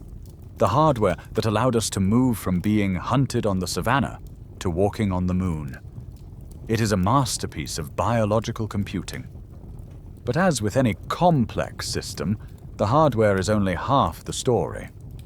The software, the vast, intricate network of programs that governs your thoughts, your beliefs, and your decisions, is another matter entirely. And if you look closely at that software, you'll find it's riddled with bugs, glitches, and strange, irrational shortcuts. We have now arrived at the cognitive biases, the design flaws not in our flesh and bone, but in our very way of thinking. These biases are not mistakes in the sense of a computer program crashing. Instead, they are the echoes of ancient survival strategies. Your brain did not evolve to be a perfectly rational, objective, and scientifically accurate machine. It evolved to do one thing: make quick, good enough decisions to keep you alive in a world full of predators, uncertainty, and intense social pressure. In that environment, speed and efficiency were far more important than absolute accuracy. These biases are the mental shortcuts, the heuristics, that allowed our ancestors to make split-second judgments without getting bogged down in a long, energy-intensive process of logical analysis. The problem is that this Stone Age software is now running in a profoundly complex, information-saturated modern world. And the shortcuts that once kept us safe are now leading us astray. Consider one of the most powerful and pervasive bugs in our thinking: confirmation bias. This is the tendency for your brain to actively seek out, interpret, and remember information that confirms what you already believe, while simultaneously ignoring, devaluing, or forgetting information that contradicts your beliefs. In a small, prehistoric tribe, this was a brilliant adaptation. Reinforcing shared beliefs and maintaining social cohesion was critical for the group's survival. Agreeing with your kin was safe. Questioning the consensus was dangerous. But in the modern world, this same bias is a trap. It locks us into filter bubbles and ideological echo chambers, makes us resistant to changing our minds in the face of new evidence, and fuels much of the polarization we see around us. This was the same mental glitch that ran rampant during historical panics like the Salem witch trials of 1692, where once the belief in a conspiracy of witches took hold, every unfortunate event, a sick cow, a thunderstorm, a personal dispute, was twisted into further proof, while reason and contrary evidence were cast aside as the devil's work. Then there is the negativity bias, the reason why one critical comment can ruin a day filled with praise. Your brain is simply built to give far more weight and attention to negative experiences than to positive ones. Again, this was a life-saving adaptation. For our ancestors, missing an opportunity to gather some berries was a minor inconvenience. Missing the sign of a hidden lion was a fatal error. Evolution favored the anxious, paranoid mind that assumed every rustle in the grass was a predator. A happy-go-lucky optimist might have had a more pleasant life, but it was likely a much shorter one. Today, in our relatively safe world, this bias is constantly hijacked by a 24/7 news cycle that knows our brains are wired to pay attention to threats, leading to a state of chronic, low-grade anxiety and a skewed, pessimistic view of reality. The existence of these biases was famously demonstrated by the psychologists Daniel Kahneman and Amos Tversky in the 1970s, whose work proved that our minds are systematically and predictably irrational. Cognitive scientists still debate the precise interplay between emotion and reason in our decision-making. While the old model saw them as separate forces at war, many now believe that our emotions are not bugs, but features, essential tools that help us assign value and make quick, intuitive judgments, even if they sometimes lead us astray. Even our quirks have quirks, like the IKEA effect, a documented bias where we place a much higher value on furniture we struggled to assemble ourselves than on an identical pre-built piece. Our effort, however frustrating, irrationally inflates our sense of worth. These glitches are not a sign that we are broken or stupid. They are a sign that we are human, operating with a brilliant, powerful, but ultimately ancient and deeply biased mind. That ancient biased software we call a mind is running on the most complex piece of hardware in the known universe. For millions of years, the story of that hardware was one of relentless, triumphant expansion. From the small brain of our early Australopithecine ancestors to the larger ones of Homo erectus, and finally to the massive, globe-like cranium of our own species, the trend was always upward. A bigger brain seemed to be our evolutionary destiny. And then, sometime around the end of the last ice age, something strange and completely unexpected happened. The trend reversed. For the last 30,000 years, the human brain has been getting smaller. This is not a fringe theory or a wild guess. It is a well-documented and scientifically accepted fact, confirmed by paleoanthropologists who have measured the internal volume of thousands of skulls, from our ancient relatives to modern people. The evidence is clear. The average brain size of Homo sapiens has decreased by about 150 cubic centimeters, a reduction in volume of around 10%. You are walking around with a brain that is roughly the size of a tennis ball, smaller than the brains of your ancestors who painted the caves at Lascaux. This is a startling and deeply counterintuitive discovery. If our brain is our greatest asset, the very thing that defines us, why is it shrinking? Scientists are engaged in a vigorous debate over the cause of this recent brain shrinkage, with theories ranging from metabolic efficiency to the effects of cultural evolution. The most obvious and alarming theory, the one that might pop into your head first, is that we are simply getting dumber. Perhaps the rise of agriculture and settled societies meant that you no longer had to be a cunning, quick-witted hunter to survive. Life became safer, more predictable, and the intense selective pressure on raw, individual intelligence was relaxed. Most scientists, however, find this explanation unconvincing and a little too simplistic. A more compelling theory suggests that we have, in a sense, domesticated ourselves. It's a known phenomenon in the animal kingdom that domesticated species almost always have smaller brains than their wild ancestors. A dog's brain is about 20% smaller than a wolf's. A domestic pig's is over 30% smaller than a wild boar's. Domestication seems to select against the kind of hair-trigger aggression and reactivity needed for survival in the wild, favoring social tolerance instead. This process appears to be genetically linked to a reduction in brain size.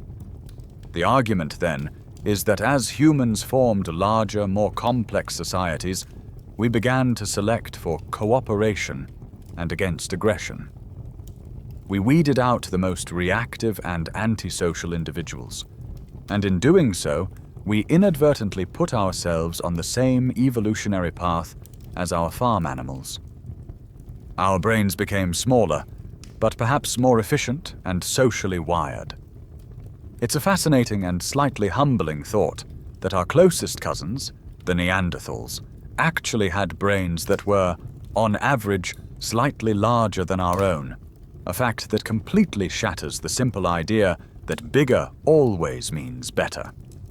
Perhaps the most powerful theory, however, is the idea of a new, collective intelligence. As our societies grew, we developed something unprecedented: the ability to store and share information outside of our own individual skulls.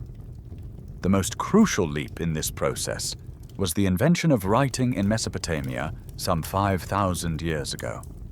For the first time, knowledge could be preserved with perfect fidelity, passed down through generations, and accumulated on a massive scale.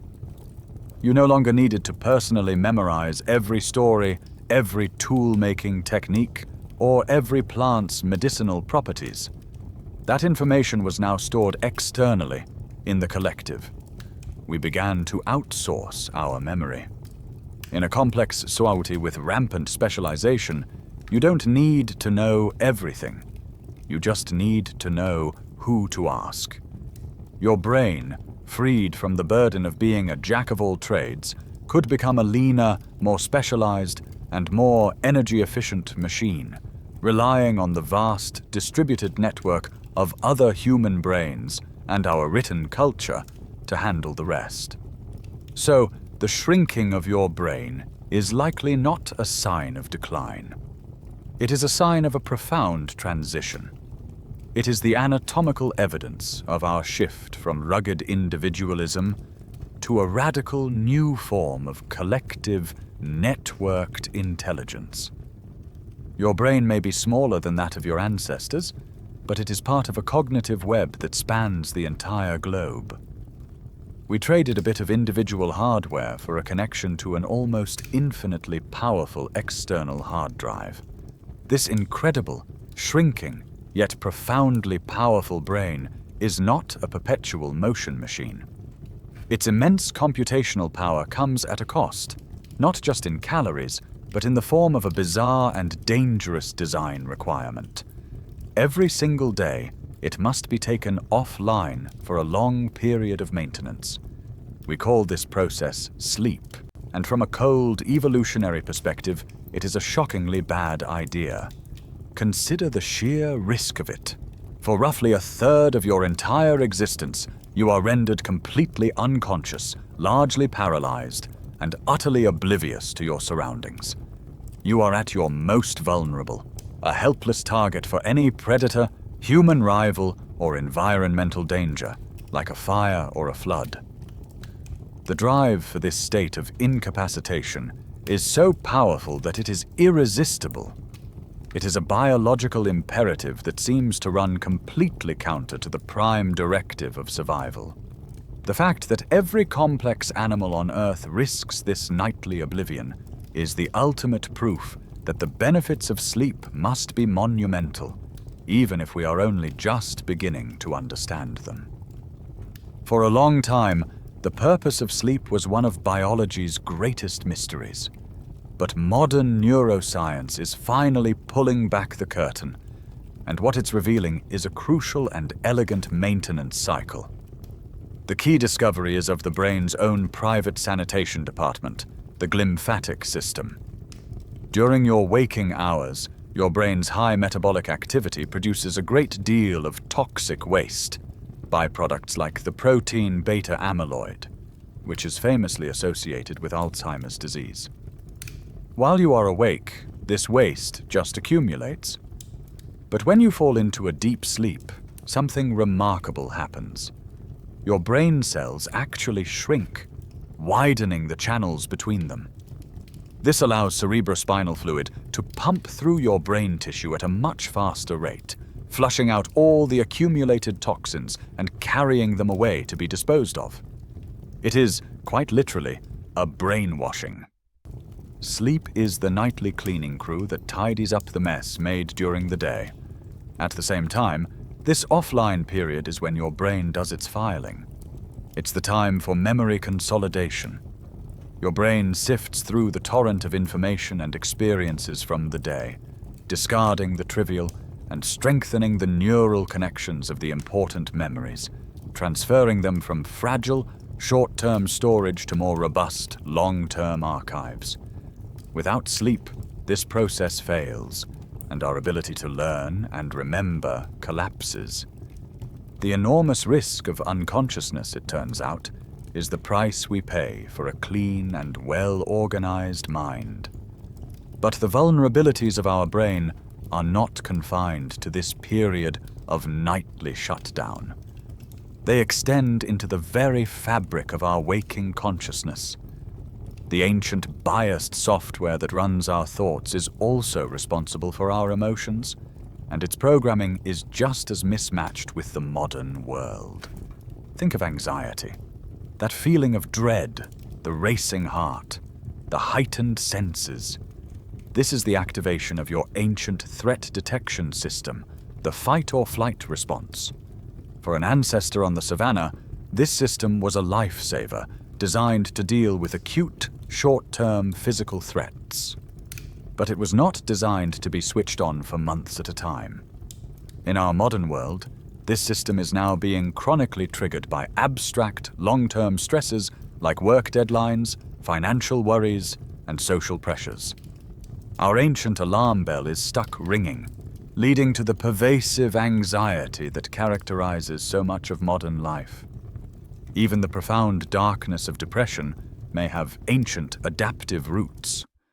For centuries, it was known as melancholia, a term used by the ancient Greek physician Hippocrates, who believed it was caused by an excess of black bile, one of the 4 bodily humors.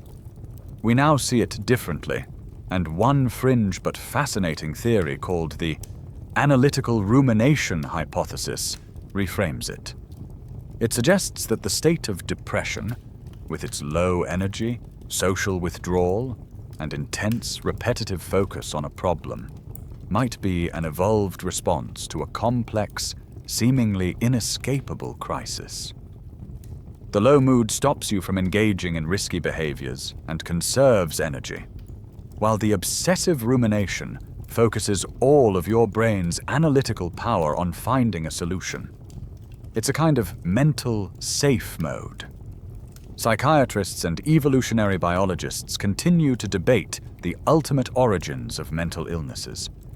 While some see them purely as pathological brain states, the evolutionary psychology perspective suggests that our vulnerability to them's a trade-off, a byproduct of adaptations that are now mismatched with our environment.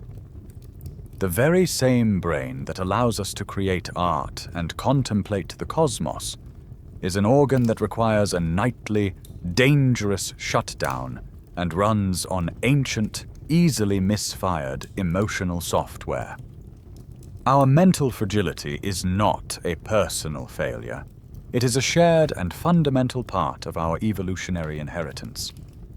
Our shared mental frailties, these ghosts of anxiety and depression, are a deep part of our evolutionary inheritance. But how that inheritance gets passed down and what features become common are not always a matter of strict advantage or disadvantage.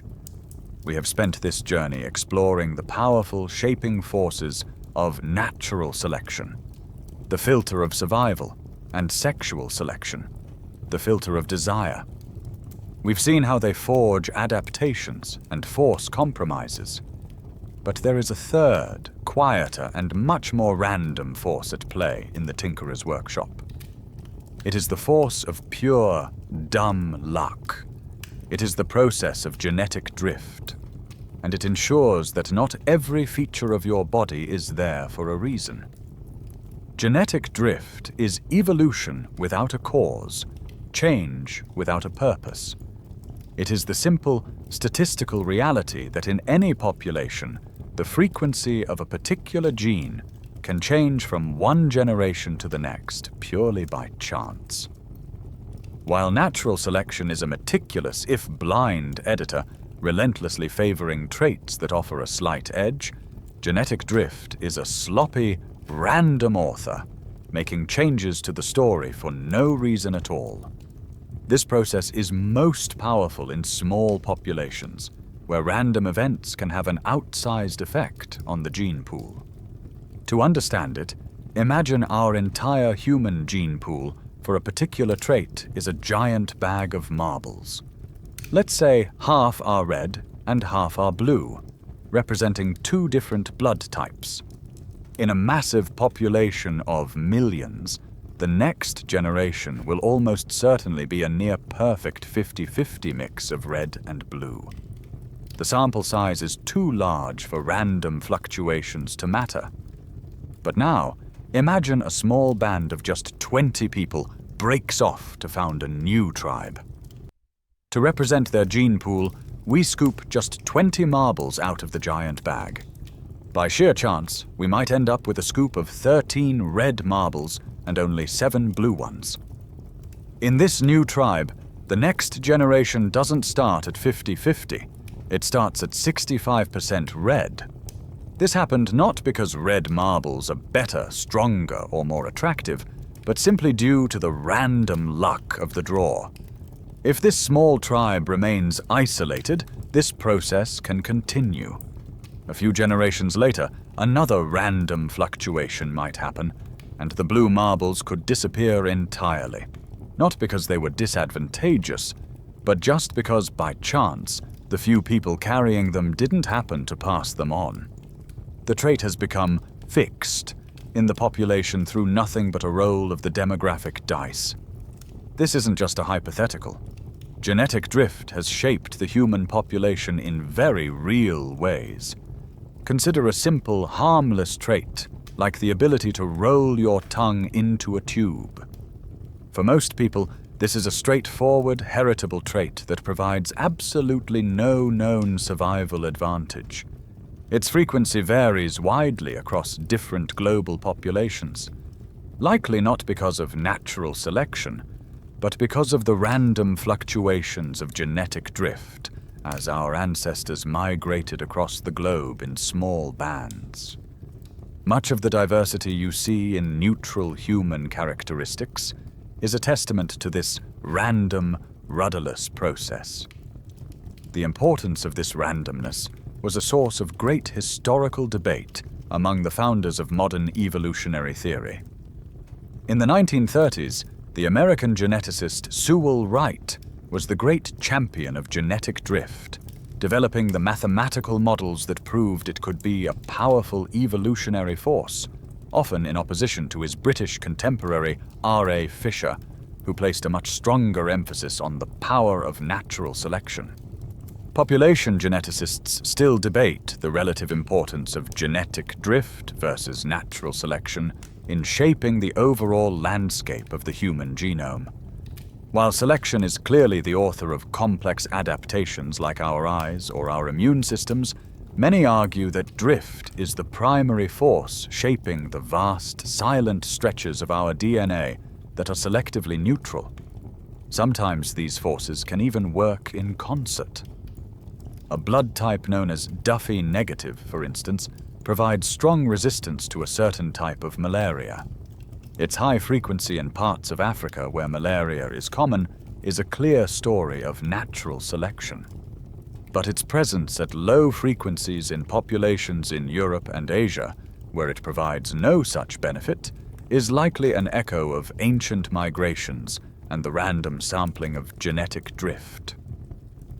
Genetic drift adds a final layer of beautiful, frustrating randomness to our story.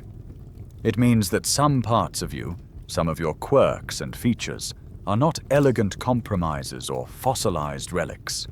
They are simply historical accidents, the lasting signature of a moment when the dice of chance just happened to fall a certain way. That roll of the demographic dice, the process of genetic drift, is not just a statistical abstraction. It has a name for when it happens in a very specific and very common scenario in the story of human migration. It is called the founder effect, and it is responsible for some of the strangest and most striking patterns in human diversity. It is the perfect illustration of how the random chance of history can become permanently written into our biology.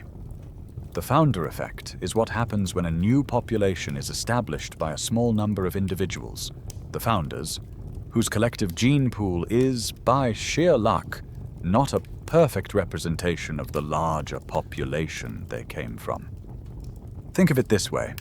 Imagine you are tasked with starting a new garden on a distant island, and you can only bring a small bag of seeds with you.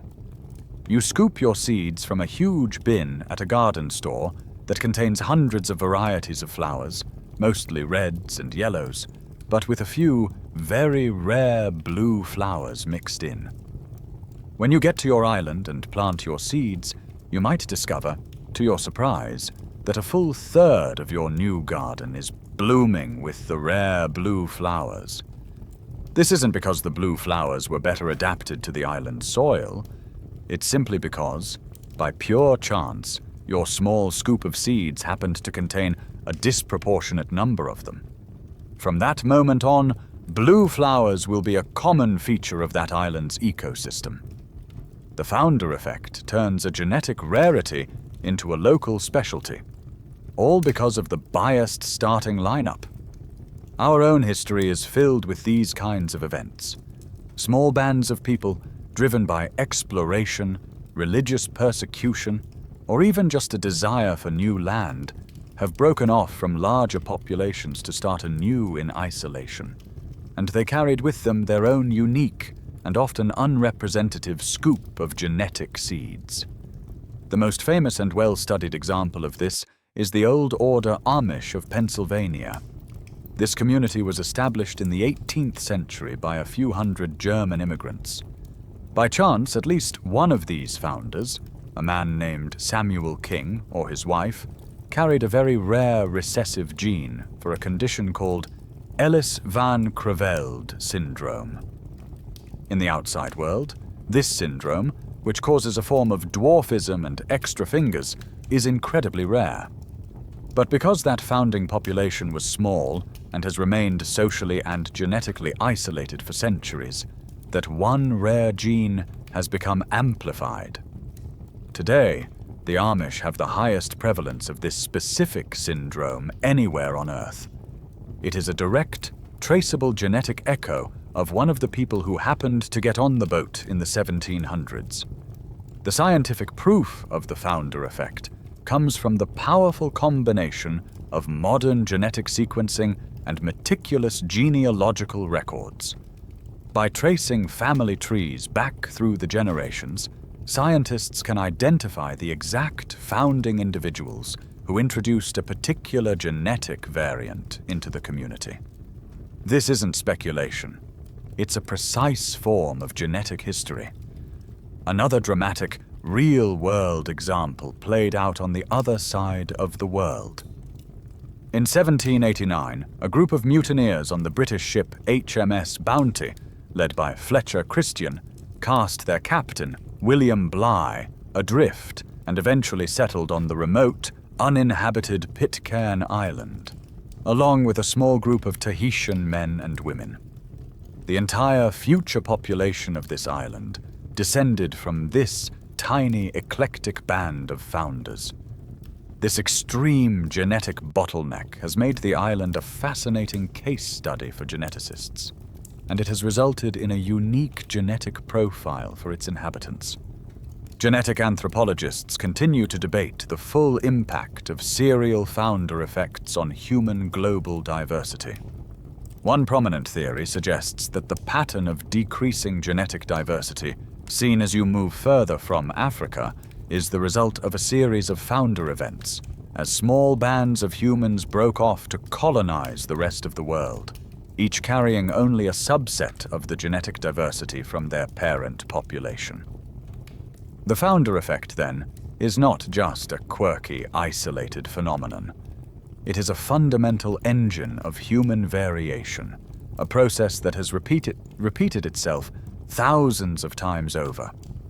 It means that many of the traits we see in different populations are not necessarily adaptations to their local environment, but are simply the genetic signature of their specific founding ancestors.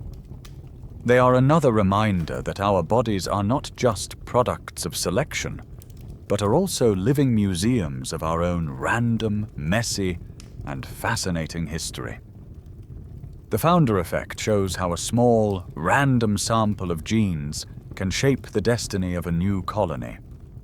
This principle, however, has not just played out in isolated communities. It has, at least once in our deep past, played out on a global scale. There was a time when our entire species was not a teeming, planet-spanning population of billions, but a tiny, isolated group huddled on the brink of utter extinction. We survived, but the event left a permanent and invisible scar on our species, a hidden flaw that we all carry within our DNA. We are the children of a population bottleneck. If the founder effect is like scooping a handful of marbles to start a new collection, a bottleneck is what happens when the original, vast bag of marbles is tipped over, and all but a tiny, random handful are lost forever down a drain. The entire future of the marble collection must be rebuilt from that small, lucky, and likely unrepresentative sample. A bottleneck is a catastrophic event that drastically reduces a population's size, and with it, its genetic diversity. And the evidence that this happened to our ancestors is written in every cell of your body. The scientific proof is stark and unavoidable. When geneticists compare the DNA of humans from all around the world, they find a startling and almost paradoxical fact. For a species with over 8 billion members spread across every continent, we are astonishingly similar to one another. Our genetic diversity is profoundly, shockingly low. To put it in perspective, scientists have found more genetic variation in a single troop of chimpanzees living in a single forest in Central Africa than exists in the entire global human population. This is the genetic signature of a species that has been through a near-death experience. It is the undeniable evidence that all of us, no matter our background, are descended from a very small population of survivors. What could have caused such a catastrophic event? While the Toba catastrophe theory is a compelling and widely cited explanation for a major human bottleneck, some archaeologists and geneticists remain skeptical, arguing that the evidence for its global, devastating impact is not conclusive. They suggest that our low genetic diversity might be the result of a more prolonged, complex series of climate changes and smaller bottlenecks, rather than a single dramatic event. The Toba theory, however, paints a dramatic picture. Around 74,000 years ago, a supervolcano on the island of Sumatra in modern-day Indonesia erupted with almost unimaginable force, the largest such eruption in the last 2.5 million years. It would have plunged the planet into a volcanic winter, spewing so much ash and sulfur dioxide into the atmosphere that it blocked out the sun, causing global temperatures to drop for a decade or more. Plants would have withered, and the animals that fed on them would have died out, leading to a worldwide famine. The theory posits that this global winter decimated our ancestors, reducing the entire human population to perhaps just a few thousand individuals, clinging to survival in a few isolated pockets of Africa. Whether it was Toba or another cause, the consequence of this bottleneck is a fundamental, if invisible, design flaw in our species. Our lack of genetic diversity makes us, as a whole, more vulnerable to pandemics. In a genetically rich population, there is a wide variety of immune systems. When a novel virus emerges, there is a good chance that some individuals, by sheer luck, will possess the specific genetic tools to fight it off effectively. They act as a genetic firebreak, slowing the spread. In a homogeneous population like ours, we are a vast, dry forest waiting for a spark. If a pathogen finds the key to unlock our relatively uniform human immune system, it can spread with devastating speed and efficiency, as there are fewer natural barriers to stop it. We are not the only species to carry this burden. The cheetah, famous for its speed, is also the product of a severe bottleneck. Cheetahs are so genetically alike that skin can be grafted from one unrelated individual to another without being rejected. This genetic uniformity has left them perilously vulnerable to infectious diseases that can sweep through their populations. We are, in a sense, the primates' cheetahs. It is a profound and humbling thought. Our species' incredible success story, our journey to every corner of the planet, began with a near failure. We are all the descendants of the lucky few. But our survival came at a cost, leaving us with a hidden fragility, a quiet vulnerability to the microscopic world. It is an echo of a time when the story of humanity almost came to an end, a quiet reminder that our greatest triumphs are often built upon the foundation of our deepest flaws. Our species' survival of that ancient bottleneck is a testament to our resilience. We are the descendants of the lucky and the tough. After this near-extinction event, our population didn't just recover, it exploded, eventually leading to the most radical and consequential experiment in the history of our species. About 12,000 years ago, in various pockets around the globe, we began to abandon the hunter-gatherer lifestyle that had shaped our bodies and minds for millions of years. We began to cultivate the land, domesticate animals, and settle down. This was the Neolithic Revolution, the invention of agriculture. It is the foundation of our modern world, the change that gave us villages, cities, writing, and civilization. And for the health of the individual human body, it was an absolute, unmitigated catastrophe. We often imagine this shift as a clear step forward, a conscious choice for a better, more stable, and less strenuous life. But the bones of our ancestors tell a very different and much darker story. The field of paleopathology, the study of ancient disease and health, allows scientists to read the skeletons of the past like a medical chart.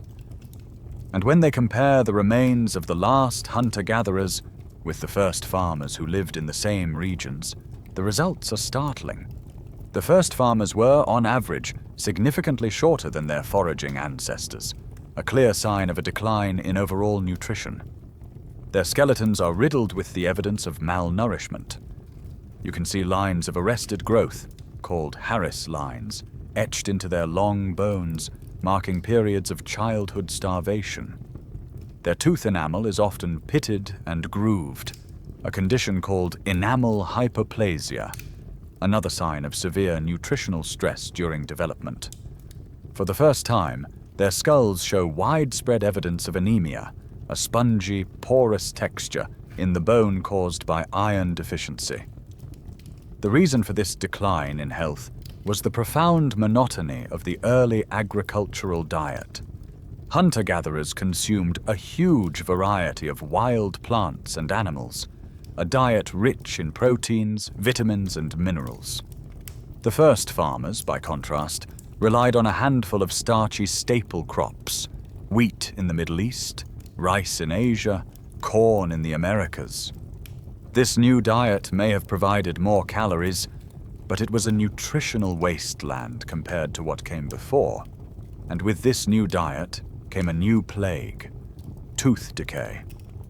The teeth of hunter-gatherers are often worn down from a tough diet, but they are remarkably free of cavities. The starchy, carbohydrate-heavy diet of farmers created the perfect sticky fuel for the bacteria that cause cavities.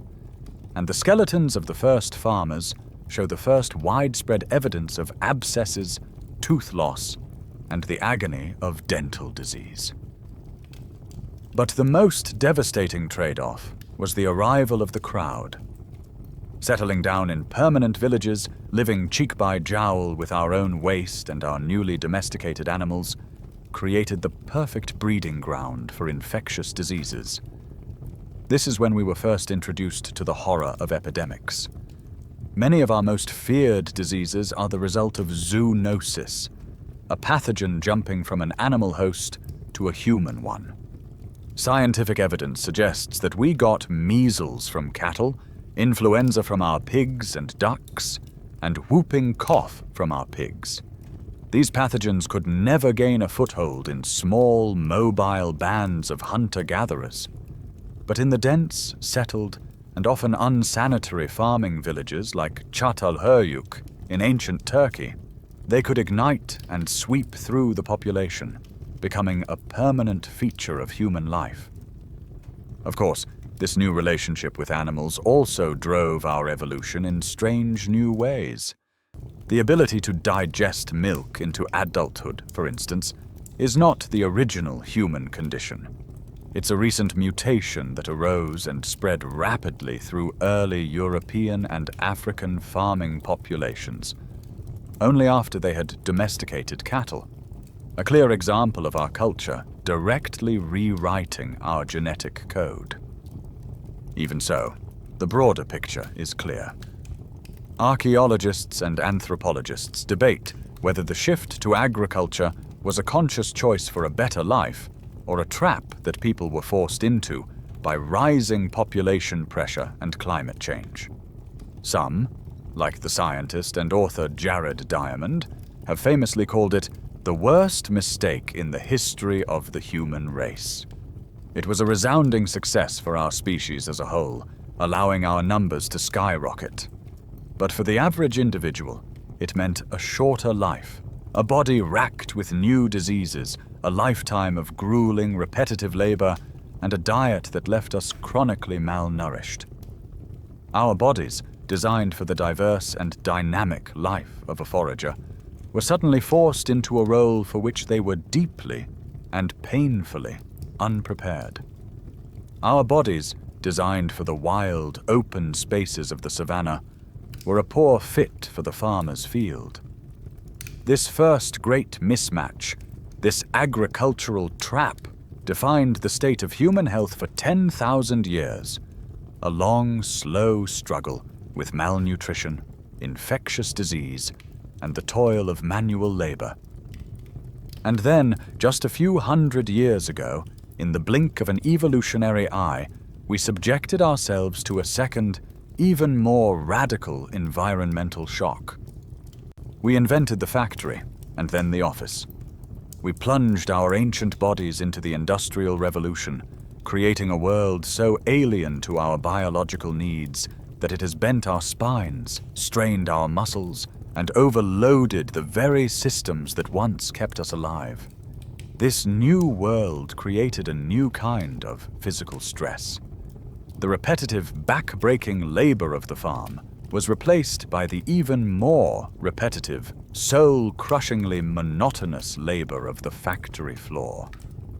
The first detailed medical reports from the textile mills of 19th century England, written by physicians like Charles Turner Thackeray, paint a grim picture of a workforce plagued by a host of new occupational diseases. Weavers with stooped shoulders and eye strain, grinders with lung diseases, and children with deformed limbs from working 12-hour days. Our hands, with their 27 intricate bones, evolved for an incredible variety of tasks: climbing, gripping, throwing, and delicate manipulation. The industrial and now the digital age forces them to perform the same tiny, precise motion thousands upon thousands of times a day, leading to the distinctly modern plague of repetitive strain injuries, from carpal tunnel syndrome to tennis elbow. And for many of us, the age of physical labor has given way to the age of profound stillness.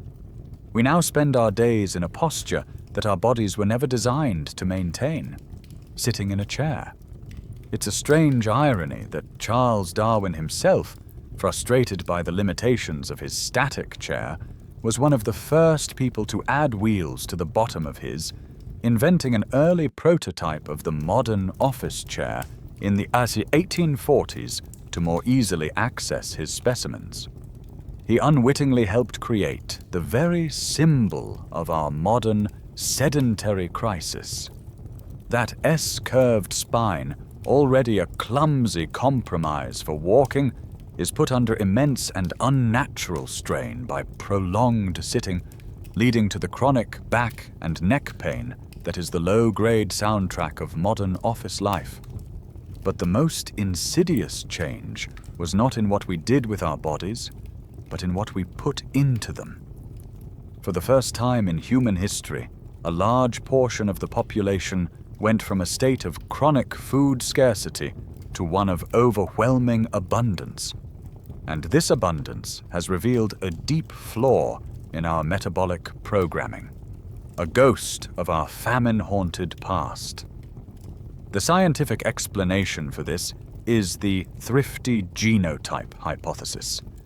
The theory proposes that for millions of years, our ancestors lived in a world of boom and bust, where periods of plentiful food were followed by periods of famine. In this environment, natural selection would have strongly favored individuals with genes that were incredibly efficient at extracting every last calorie from food and storing it quickly as fat. This was a life-saving adaptation. The ability to build up fat reserves during a good season was the key to surviving the lean one. Your body is the inheritor of this thrifty programming.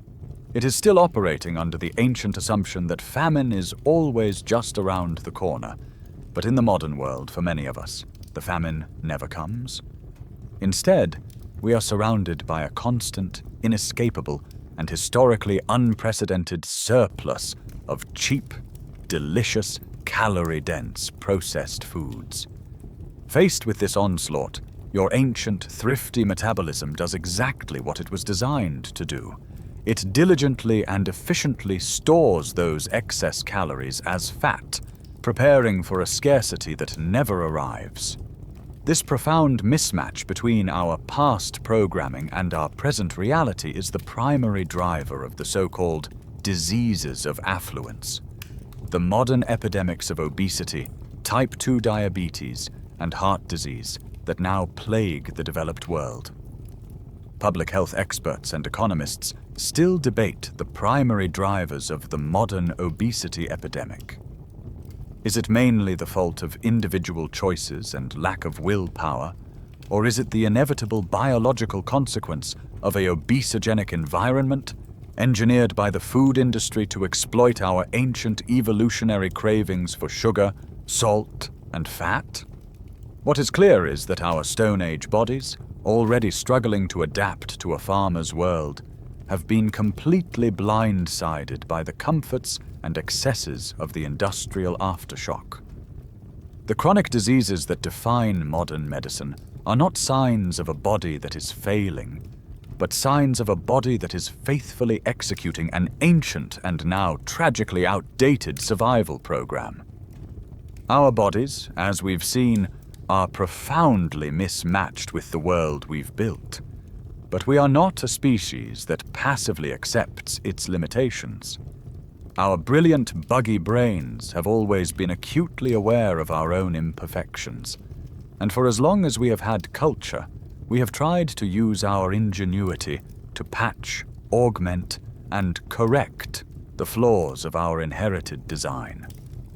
This is the long, strange, and often painful history of our attempts to fix ourselves, a story that blurs the line between healing and vanity, between medicine and mutilation.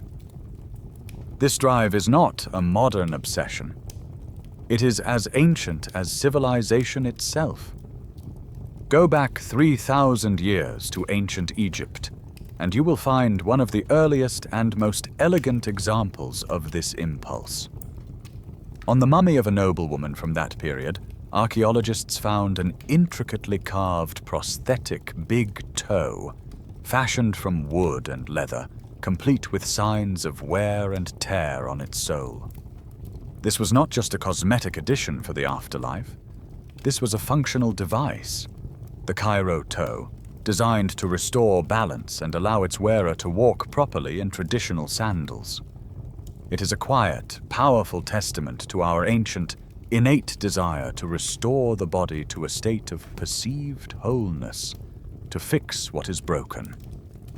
The ancient Etruscans, living in Italy around 700 BC, were masters of a different kind of restoration, crafting elaborate dental bridges from gold wire and donated animal or human teeth to fix the all-too-common problem of a gapped smile. But our interventions have not always been so practical or benign. Often, our attempts to fix our bodies have been driven by cultural ideals of beauty that are themselves profoundly at odds with our biology. There is no more extreme example of this than the Victorian corset. For much of the 19th century, the cultural ideal for the female form was an exaggerated hourglass shape with a shockingly narrow wasp waist. The corset, a rigid garment of cloth, whalebone, and steel, was the tool used to achieve this ideal, forcibly reshaping the human torso. Women would engage in tight lacing, cinching the corset ever tighter to achieve a waist that was, in some extreme case, just 13 or 14 inches around. Medical science of the time, armed with the new technology of the X-ray, eventually revealed the shocking internal cost of this fashion. The scientific evidence was horrifying. A tightly laced corset didn't just squeeze the waist, it violently rearranged the body's internal organs. The lower ribs were bent inward and sometimes permanently deformed. The lungs were compressed, reducing their capacity by as much as a quarter. And the abdominal organs, the liver, the stomach, the intestines, were shoved downward, putting immense pressure on the pelvis. It was a self-inflicted, slow-motion, crushing injury, all in the pursuit of a culturally defined notion of perfection. Historians and sociologists still debate the primary motivations behind extreme body modifications like corsetry or foot binding. Were they primarily tools of social control and female oppression? Or were they also seen by the women themselves as symbols of high status, refinement, and aesthetic beauty? This willingness to risk health for appearance is a recurring theme. In the 18th century, the European aristocracy's desire for a fashionably pale, almost ghostly complexion led to the widespread use of cosmetics made with mercury and lead. This flesh gloving would indeed whiten the skin, but it was also a direct path to heavy metal poisoning, which could cause neurological damage, tooth loss, and a slow, agonizing death. It was a bizarre and deadly attempt to paint over the healthy, living canvas of the body. This long history brings us to the present day. We may look back at corsets and lead face paint with a sense of superiority, but we are still the same species, driven by the same impulses. Our modern medical and cosmetic industries are simply the latest chapter in this story. We use orthodontics to correct the crowded jaws that our soft, cooked diet created. We use caesarean sections to bypass the ancient and dangerous bottleneck of the obstetrical dilemma. And we use the vast toolkit of cosmetic surgery to reshape our noses, augment our features, and hold back the relentless tide of aging. We are the only species that looks at its own blueprint, identifies what it perceives as a flaw, and actively tries to redesign it. We are not just the products of a blind tinkerer. We have become the tinkerers ourselves. Our long history of fixing our flaws, of augmenting and redesigning our own bodies, reveals a profound truth about our species. We are not just shaped by the blind forces of the natural world. We are also shaped by the things we create. This is not a one-way street where a clever ape invents a tool. It is a dynamic, self-reinforcing feedback loop that has been running for over 2 million years. Our hands shaped our first tools, and then, in turn, those tools began to reshape our hands, our bodies, and our minds. We are, and have always been, in a state of co-evolution with our own technology. This dance began on the African savanna. The crucial anatomical innovation was our hand. Unlike the hands of our chimpanzee cousins, which are still partially adapted for knuckle walking, the human hand was freed to become a dedicated instrument of unparalleled dexterity. The key was the fully opposable thumb, able to swing across the palm to meet the other fingers, allowing for both a powerful grip and a precision grip. Our fingertips, broad and packed with sensitive nerve endings, became high-bandwidth sensors for texture and pressure. A hand like this is a toolmaker's dream. The earliest evidence of this feedback loop in action are the Oldowan stone choppers, discovered in Tanzania and dating back over 2.5 million years. These are crude, simple tools, but they represent a monumental cognitive and physical leap. They are the signature of an ancestor who could not only see the world as it was, but could see a potential tool hidden inside a lump of rock, and had the physical skill to bring it into being. Once this loop started, it accelerated our evolution like nothing before. A hominid with a slightly more dexterous hand could fashion a slightly sharper stone flake. That better tool allowed them to slice through hide and butcher a carcass more efficiently, giving them faster access to the calorie-rich meat and marrow that other scavengers couldn't get to. This high-quality diet provided the fuel for our most expensive organ, the brain. A bigger, better-fed brain could then imagine more complex tools, hand axes, spears, eventually bows and arrows. These more sophisticated tools, in turn, required even finer motor control and planning to create, placing a new selective pressure back on the hands and the brain. It was a powerful, self-perpetuating cycle. Better hands made better tools made bigger brains, and bigger brains imagined even better tools. We are the direct products of this ancient conversation between our biology and our ingenuity. Today, that conversation is happening faster and more intensely than ever before. Our defining tools are no longer made of stone and wood. They are the keyboard on which we type and the smartphone that rarely leaves our side. And just like the hand axe shaped our ancestors, these new tools are actively reshaping us, both physically and mentally. The physical consequences are becoming increasingly obvious.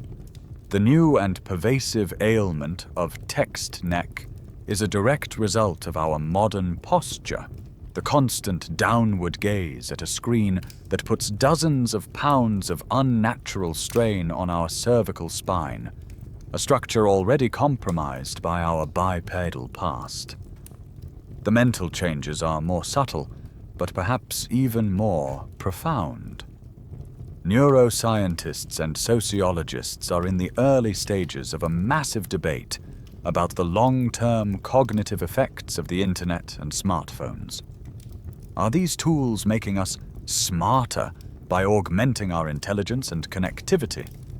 Or are they making us dumber by encouraging shallow thinking and eroding our ability for deep focus and concentration? We are outsourcing more and more of our memory to these devices, relying on a quick search rather than deep recall. Our attention is being fragmented into tiny notification-sized pieces.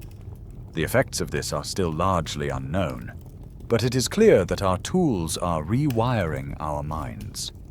Sometimes this rewiring manifests in strange, new ways, like the quirky and now common phenomenon of phantom vibration syndrome. The eerie, mistaken sensation that your phone is vibrating in your pocket when it isn't there at all. It is a tactile hallucination, a sign of just how deeply these devices have integrated themselves with our ancient nervous systems. This endless dance is what makes us unique. We are not a static, finished product. We are a species in constant flux, a dynamic interface between our Stone Age genes and our ever-accelerating technology. The process of tinkering that began with a sharpened stone continues today with every tap and swipe on a glowing screen. The redesign of the human body, it turns out, is a project that never ends. This endless, accelerating dance between our biology and our technology, this constant process of mutual redesign, brings us to the final and most profound question of all. Where is this journey going? What will the human body look like in another 10,000 or 100,000 years? For most of our history, the answer would have been determined by the familiar blind forces of evolution, the slow, unpredictable drift of a ship without a captain. But we are now living at a singular moment in the history of life on Earth. For the first time, a species is on the verge of seizing the tiller and steering its own evolutionary course. If we were to let the old forces play out, we could make some educated guesses about our future form. Based on current trends, we would likely continue to grow taller as nutrition improves. Our jaws and teeth would continue their shrinking trend, a long echo of the invention of cooking, until perhaps wisdom teeth, and maybe even other teeth, simply vanish from our genetic blueprint. Our skeletons might become more gracile, more lightly built, as we rely more on our machines than our muscles. Some have even speculated about a future where our pinky toes, already functionally useless for balance, might disappear entirely. And if our species manages to leave this planet and colonize new worlds, we would see even stranger changes as our plastic biology adapts to new gravities. Taller, thinner bodies on Mars, perhaps, and shorter, stockier forms on a world heavier than our own. But this slow, passive path may no longer be our destiny. The 4-billion-year-old reign of the blind tinkerer may be coming to an end, because we are finally deciphering its language and building our own tools. The Great Disruption is the dawn of genetic engineering, and specifically a revolutionary technology known as CRISPR. Discovered and harnessed by scientists like Emmanuel Charpentier and Jennifer Doudna, CRISPR acts like a biological word processor for our DNA. It allows scientists to scan through the 3 billion letters of our genetic code, find a specific word or sentence, like a gene that causes a disease, and then, with incredible precision, cut it out and even replace it with a corrected version. The potential of this technology to fix our inherent design flaws is staggering. Think of the flaws we've journeyed through. With this tool, we could theoretically go into our DNA and repair the broken Goulot gene, allowing our bodies to once again produce their own vitamin C and rendering scurvy a historical footnote. We could identify and correct the genetic vulnerabilities in our spines, engineer more robust cartilage for our knees, or even redesign our sinuses for better drainage.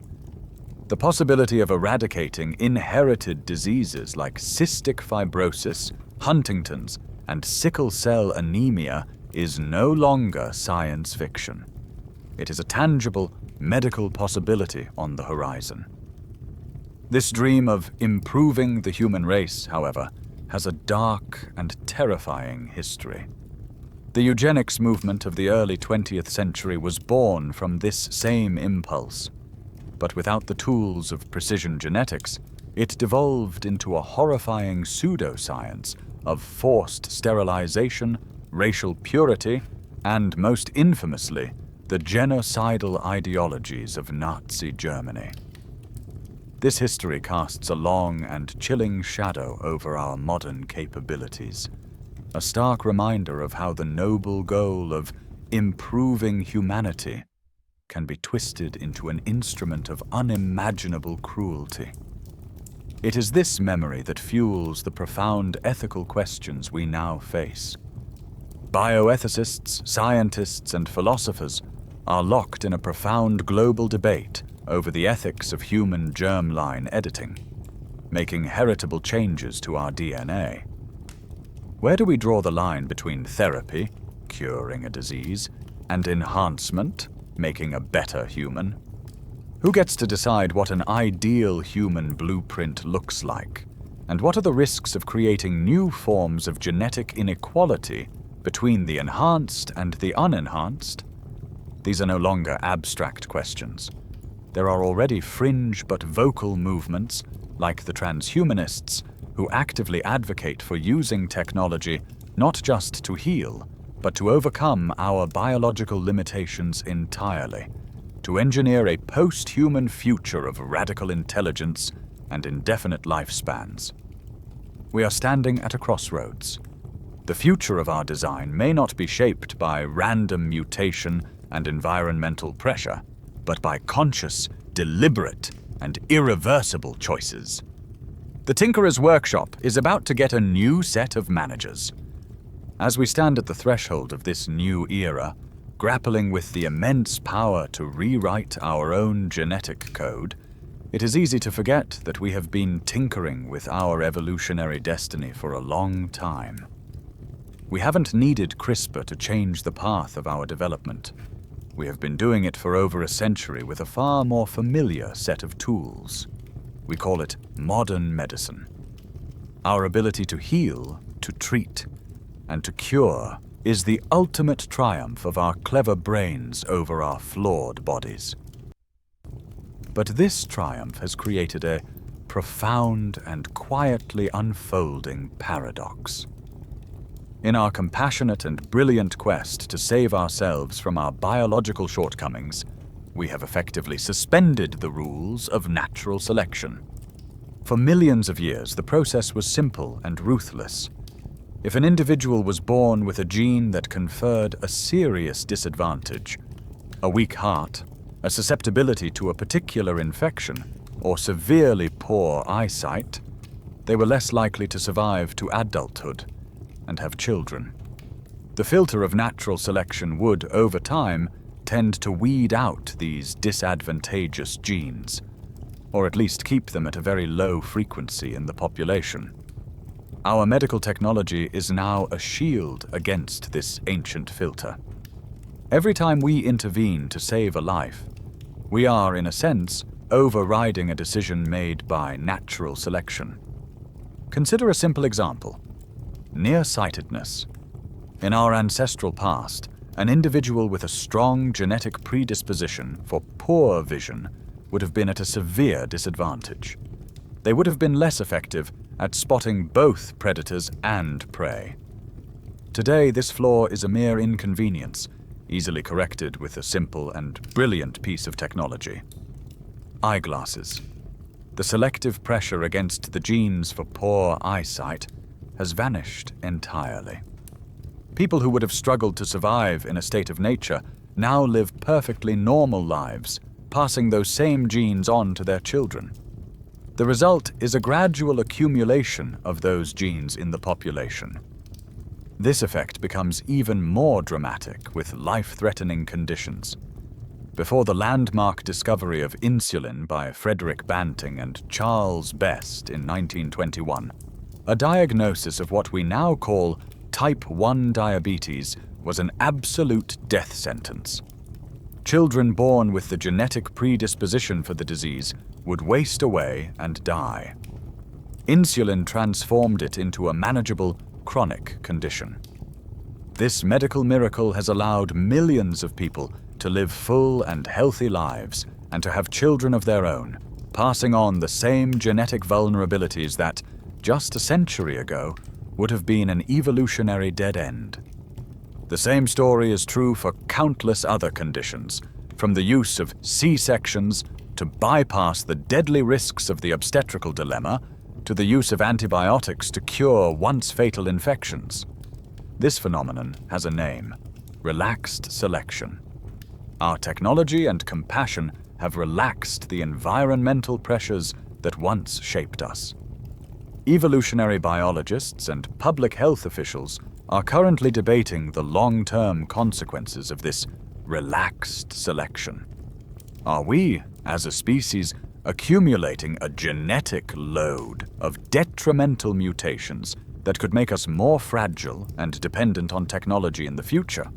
Or is this a moot point, as our cultural and technological evolution has now effectively replaced biological evolution as the primary driver of our species' future? In our quest to solve our problems, we have even created new ones. The hygiene hypothesis is a quirky and compelling example. This theory suggests that our modern obsession with sanitation has created environments so clean that our immune systems, particularly in childhood, no longer receive the proper training they need from exposure to everyday germs and microbes. Our powerful immune system, now bored and understimulated, can become hypersensitive and begin to overreact to harmless things like pollen or peanuts, leading to the modern explosion of allergies, asthma, and autoimmune diseases. Our success in conquering infectious disease has, paradoxically, made us more vulnerable to a different class of ailments.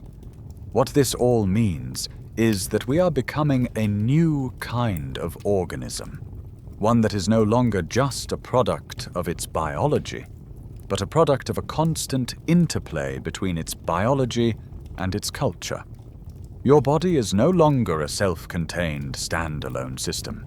It is a system that now implicitly relies on an external, technological support network. It assumes the existence of eyeglasses, vaccines, antibiotics, and advanced surgery. We have used our intelligence to build a protective bubble around our fragile, flawed biology. It is our greatest achievement, but it is also the source of our deepest dependency. We are no longer just the tinkerer's creation. We are a biotechnological hybrid, a species whose future survival is now inextricably linked to the very technologies we invented to save us from ourselves. We find ourselves, then, a strange biotechnological hybrid, a creature of ancient biology wrapped in a bubble of modern invention, a species that is actively suspending the very rules that created it. And so we arrive at the end of our journey, back at the question we started with. Are our bodies badly designed? After tracing all the compromises, the glitches, the leftover parts, and the fossil reflexes, it might be tempting to say yes. But that would be to miss the entire point of the story. The language of engineering, of flaws and design, was only a doorway into this world. The truth is something far more profound. Our flaws are not mistakes. They are our story. Each imperfection we have explored is a chapter in the epic of our lineage, a scar left by time that tells of a struggle and a survival. The gentle S-curve in your spine that aches after a long day is the living memory of the moment your ancestors first stood tall to gaze out over the African savanna. The blind spot in your eye is a direct, unbroken link to the very first vertebrate ancestor that swam in the primordial seas. The broken gene for vitamin C is a silent testament to a long-lost past spent in a jungle paradise surrounded by fruit. Even that strange, annoying hiccup is a faint, dreamlike echo from a creature that breathed water, a ghostly reminder of the gills we left behind. Your body is not a machine with faulty parts. It is a living, breathing museum of natural history. For centuries, Western thought, inherited from the ancient Greek philosophers like Plato, was haunted by the idea of perfection, the notion of an ideal, flawless form from which all real-world examples are but shabby copies. The great intellectual revolution of Darwin's 1859 masterpiece on the origin of species was that it shattered this illusion. It replaced the static, perfect ideal with the messy, beautiful, and dynamic reality of evolution. It taught us that life is not about being perfect, but about being adaptable, about being just good enough to continue.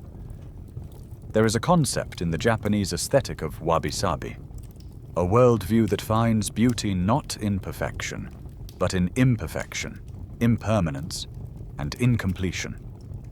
A cracked and mended piece of pottery is often considered more beautiful than a pristine one, because its cracks tell its history.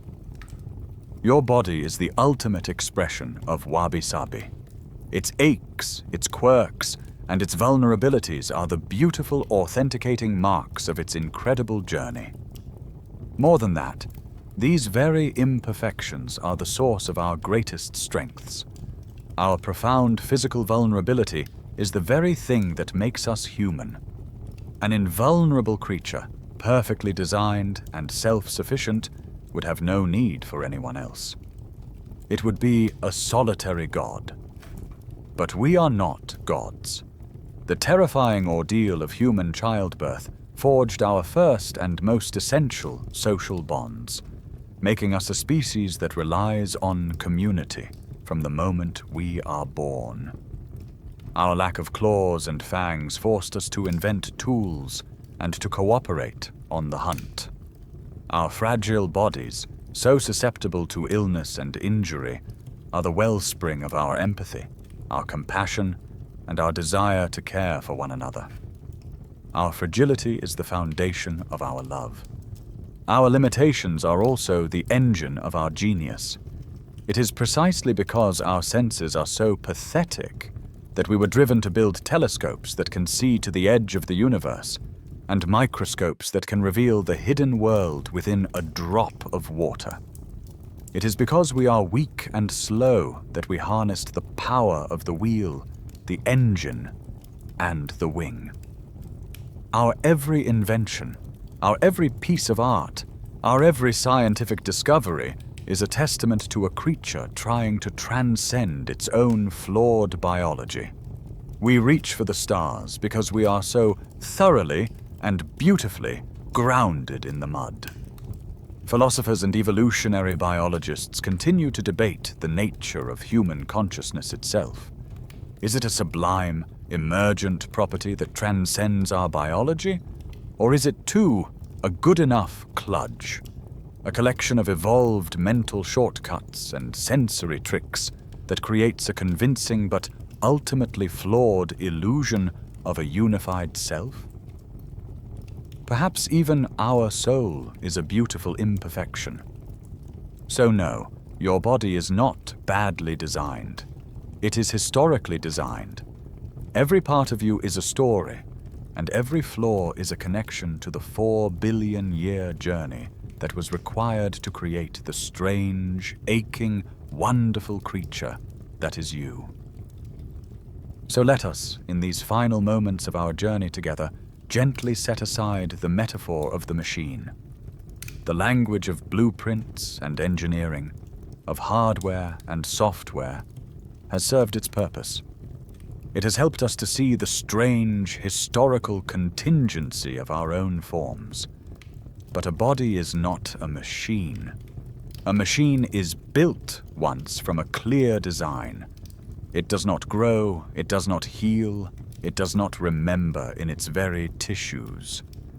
A better metaphor, perhaps, is to think of your body as an ancient garden or a wild and tangled forest.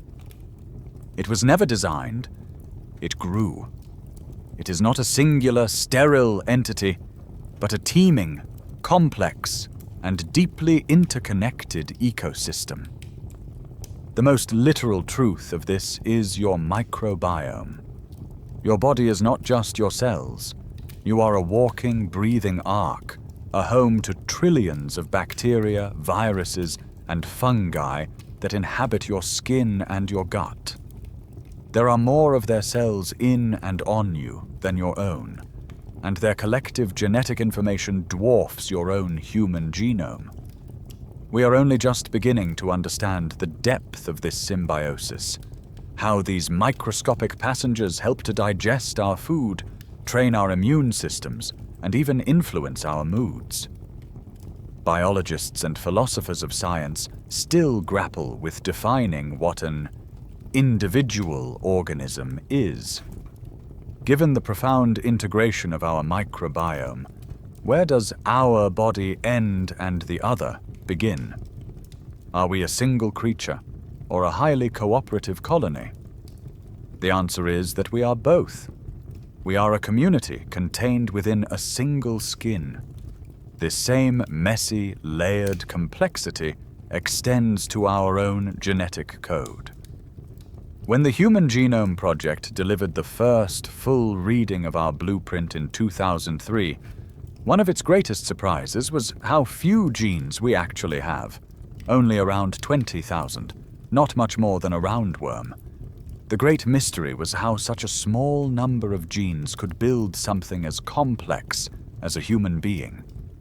The answer is that our DNA is not a simple list of instructions. Much of what was once dismissed as junk DNA is now understood to be a vast and ancient regulatory network, a complex system of switches and dials that tells our core genes when to turn on, when to turn off, and how loud to be. Our genome is a text that has been written and rewritten for 1 billion years, full of crossed-out passages, ancient viral code that has been stitched into our own, and scribbled notes in the margins. It is not a clean blueprint. It is a chaotic, layered, and profoundly historical document. And so the final gift of this journey is perhaps a shift in perspective, a chance to let go of the frustrating ideal of perfection and to feel a sense of gentle, compassionate wonder at the strange and beautiful reality of your own body. It is not a flawless temple, but a wild and precious ecosystem. It is not a high-performance vehicle, but a temporary and sacred vessel, cobbled together from the spare parts of ancient apes and fish and stars. To be at home in it is not to demand that it be perfect, but to listen to its strange, ancient rhythms with a sense of gratitude and awe. To feel the slow, steady beat of your heart, a rhythm that has pulsed without pause since before you were born. To notice the gentle, unconscious rise and fall of your own breath, an act that connects you to the air of this planet and to every living creature that has ever breathed it. This body is the only one you will ever have. It is your only true home. It is your connection to the entire, unbroken story of life on Earth. And its design is not bad. Its design is true. And so now, the long journey through deep time is over. The stories have all been told. Let the intricate details begin to soften now, like footprints fading on a long and winding path. Allow the names and the numbers and the ancient histories to dissolve into the quiet darkness around you. There is nothing left to analyze, nothing left to understand. There is only the gentle, rhythmic hum of the present moment. Feel the weight of your body, the gentle pressure of the blankets, a comforting, grounding presence. Your body, this ancient and wise vessel, knows the way to rest. It has been practicing for millions of years. Let your attention drift to the simple, quiet miracle of your own breathing. A gentle tide, rising and falling, with no effort, no command. Each breath is an invitation to let go, just a little more. To release the day, to release your thoughts, and to sink just a little deeper into the soft, welcoming stillness. The quiet darkness behind your eyes is a safe and peaceful harbor. The work is all done. The cleaning crews of your mind are quietly beginning their nightly rounds, tidying up and preparing you for a new day. You can let go now. You can trust the deep, ancient wisdom of your own body. Let the tide of your breath carry you out into the calm and quiet ocean of sleep. There is only peace here, only rest.